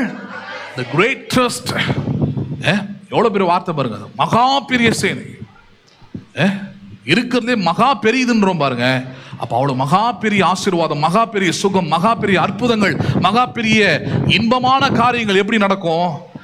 தேவனுடைய வார்த்தையும் ஆவியானவரும் உங்களுக்குள்ள செயல்படும் போது மட்டும்தான். வேற எப்படி என்ன பண்ண முடியாது? அது நடக்க முடியாது. 12வது வசனம், ஆகையால் நீ தீர்க்கதரிசனம் உரைத்து அவர்களோடு சொல்ல வேண்டியது என்னவென்றால், கர்த்தராகிய ஆண்டவர் உரைக்கிறார், இதோ என் ஜனங்களே, நான் உங்கள் பிரேத குழிகளை திறந்து உங்களை உங்கள் பிரேத குழியிலிருந்து வெளிப்படவும் உங்களை இஸ்ரவேல் தேசத்துக்கு வரவும் பண்ணுவேன். என் ஜனங்களை நான் உங்கள் பிரேத குழிகளை திறந்து உங்களை உங்கள் பிரேத குழியிலிருந்து வெளிப்படும் போது நான் கர்த்தர் என்று அறிந்து கொள்வீர்கள். என் ஆவியை உங்களுக்குள்ளே வைப்பேன். எதை உங்களுக்குள்ள வைப்பேன்? நான் பிரேதத்தில் இருக்கிறீங்க, உங்க ஆவியை என்ன பண்ணுவாரா? மன்னிக்கு, அவருடைய ஆவியை உங்களுக்குள்ளே வைப்பாரா? மரித்திருந்த உங்களுக்குள்ளே, செயலற்று கிடந்த உங்களுக்குள்ளே, தோல்வியில் இருந்து உங்களுக்குள்ளே தேவ ஆவியானவர் வைக்கப்படுவார். என்ன நடக்கும்? நீங்கள் உயிரறிவீர்கள் அப்படின்னு அர்த்தம். நீங்கள் ஜெயம் பெறுவீர்கள், நீங்கள் வாழ்ந்திருப்பீர்கள், நீங்கள் பிழைப்பீர்கள், நீங்கள் நினைச்சு கூட பார்க்க முடியாத உயரத்தை, மகா பெரிய ஆசீர்வாதத்தை நீங்கள் பெறுவீர்கள். நான் உங்களை உங்கள் தேசத்தில் வைப்பேன், அப்பொழுது நான் கர்த்தர் என்று அறிந்து கொள்வீர்கள். இதை சொன்னேன், இதை செய்வேன் என்று கர்த்தர் உரைக்கிறார் என்று சொல் என்றார். அதனாலதான் பாருங்க, இந்த சரீரமாகிய இந்த ஆலயத்தை, இந்த சரீரமாகிய இந்த வாழ்க்கையை இது வெற்றிகரமாக நீங்கள் ஆள வேண்டும் என்றால் ஆவியை கொண்டே சரீரத்தை என்ன பண்ண வேண்டும்? நீங்கள் ஆள வேண்டும். எதை கொண்டே ஆள வேண்டும்? நீங்கள் not by emotions, உங்கள் உணர்ச்சிகளை கொண்டு அல்ல, இருக்கிற சிச்சுவேஷன் சூழ்நிலைகளை கொண்டு அல்ல, இருக்கிற நிலையை கொண்டு உங்கள் சரீரத்தை நீங்க ஆளாதீங்க. உங்கள் சரீர ஜீவனுள்ள பலிகளாக ஒப்பு கொடுக்கணும். எப்படி கொடுக்கணும்? ஆவியை கொண்டு உங்கள் சரீரத்தை ஆளுகை செய்யுங்க. உங்க சரீரத்துக்கு சொல்லு கொடுங்க, பலவீனம் உன்னுடையது அல்ல, தோல்வி உன்னுடையது அல்ல, இருள் உன்னுடையது அல்ல. எது உன்னுடையது? ஆசீர்வாதம் உன்னுடையது, நன்மை உன்னுடையது, பலன் உன்னுடையது. மகா பெரிய மனுஷனா எழும்ப வேண்டியது எதிர்காலத்தை தான் கர்த்தர் உனக்கு வச்சிருக்கிறாரு. அதை நோக்கி நீ போய்கிட்டே இதுதான் புது சிருஷ்டியின் வாழ்க்கையுடைய அனுபவமா இருக்கிறது. ஒருவன் கிறிஸ்துவுக்குள் இருந்தாலும் அவன் என்ன சிருஷ்டியா இருக்கிறாமே? புது சிருஷ்டி. இப்படிதான் வாழ ஆரம்பிக்கிறான், இப்படிதான் சூழ்நிலைகளை மாற்ற ஆரம்பிக்கிறான், இப்படிதான் வெற்றியும் வாழ்வும் உங்களை நோக்கி வருகிறது. நம்புறீங்களா? நீங்க அதை எழுதி நிற்போம், ஜெபிப்போம். ஸ்தோத்திரிக்கிறோம் ஆண்டவரே. நாங்களும் ஸ்தோத்திரிக்கிறோம். எங்கள் அன்பு இரக்கமுள்ள பரலோக தகப்பனே, இந்த ஆசீர்வதிக்கப்பட்டதான இந்த அருமையான நல்ல காலை வேலைக்காக நன்றி செலுத்துகிறோம். ஆவியினால் எங்கள் சரீரங்களை நாங்கள் ஆளுவதற்கான வார்த்தைகளை நீர் எங்களோடு கூட போதித்தபடியால் ஸ்தோத்திரம். பரிசுத்த ஆவியானவர் எங்களுக்குள்ளும் எங்கள் மத்தியிலும் வாசம் பண்ணுகிறவர். சாவுக்கு ஏதுவான எங்கள் சரீரங்களை உயிர்ப்பிக்கிற ஆவியானவர் இந்த அருமையான நேரத்திலும் இந்த வார்த்தைகளை கேட்ட ஒவ்வொரு பிள்ளைகளுக்குள்ளும் நீர் கிரியை செய்கிறபடியால் நன்றி செலுத்துகிறோம். நம்முடைய பலன், நம்முடைய ஜீவன், நம்முடைய வெற்றி, நம்முடைய வாழ்வு அவருடைய சரீரத்தில் கிரியை செய்யட்டும் ஆண்டவரே. நாங்கள் பாவத்திற்கோ பலவீனத்திற்கோ நோய்களுக்கோ அடிமையானவர்கள் அல்ல. கிறிஸ்துவை மரித்தோரிலிருந்து எழுப்பின ஆவியானவர் எங்களுக்குள்ளே வாசம் பண்ணுகிறபடினால் சாவுக்கு ஏதுவான எங்கள் சரீரங்கள் உயிர்ப்பிக்கப்படுவதற்கு, ஜெயம் பெறுவதற்கு, வெற்றியாய் வாழ்வதற்கு இவைகள் தேவனின் ஆதாரமாக கொடுக்கப்பட்டிருக்கிறது. நன்றி செலுத்துகிறோம். கேட்ட வசனத்தின்படி ஒவ்வொருவரையும் வாழ்ந்திருக்க, ஜெயித்திருக்க தேவரின் உதவி செய்வீராக. உடைய பாதுகாப்பு, உடைய பராமரிப்பு ஒவ்வொருவருக்கும் இயேசுவின் நாமத்தினாலே உண்டாகட்டும். எங்கள் ஆண்டவரும் அருமை இரட்சகருமாய் இருக்கிற இயேசு கிறிஸ்துவின் நாமத்தில் ஜெபிக்கிறோம் ஜீவனுள்ள நல்ல பிதாவே, ஆமென். என் ஆத்துமாவே கர்த்தரை ஸ்தோத்திரி, என் முழுமே பரிசுத்த நாமத்தை ஸ்தோத்திரி. என் ஆத்துமாவே கர்த்தரை ஸ்தோத்திரி, கர்த்தர் செய்த சகல உபகாரங்களை மறவாதே. ஆமென். ஆசீர்வாதம் நம்முடைய கர்த்தராகிய இயேசு கிறிஸ்துவின் கிருபையும் பிதாவாகிய தேவனுடைய அன்பும் பரிசுத்த ஆவியினருடைய ஐக்கியமும் இன்றைக்கும் என்றைக்கும் சதா காலமும் நம் அனைவரோடும் கூட இருப்பதாக. ஆமென், ஆமென். God bless you. மீண்டும் உங்களை நான் அடுத்த வாரம் சந்திக்கிறேன். கர்த்தர் உங்களை ஆசீர்வதிப்பாராக.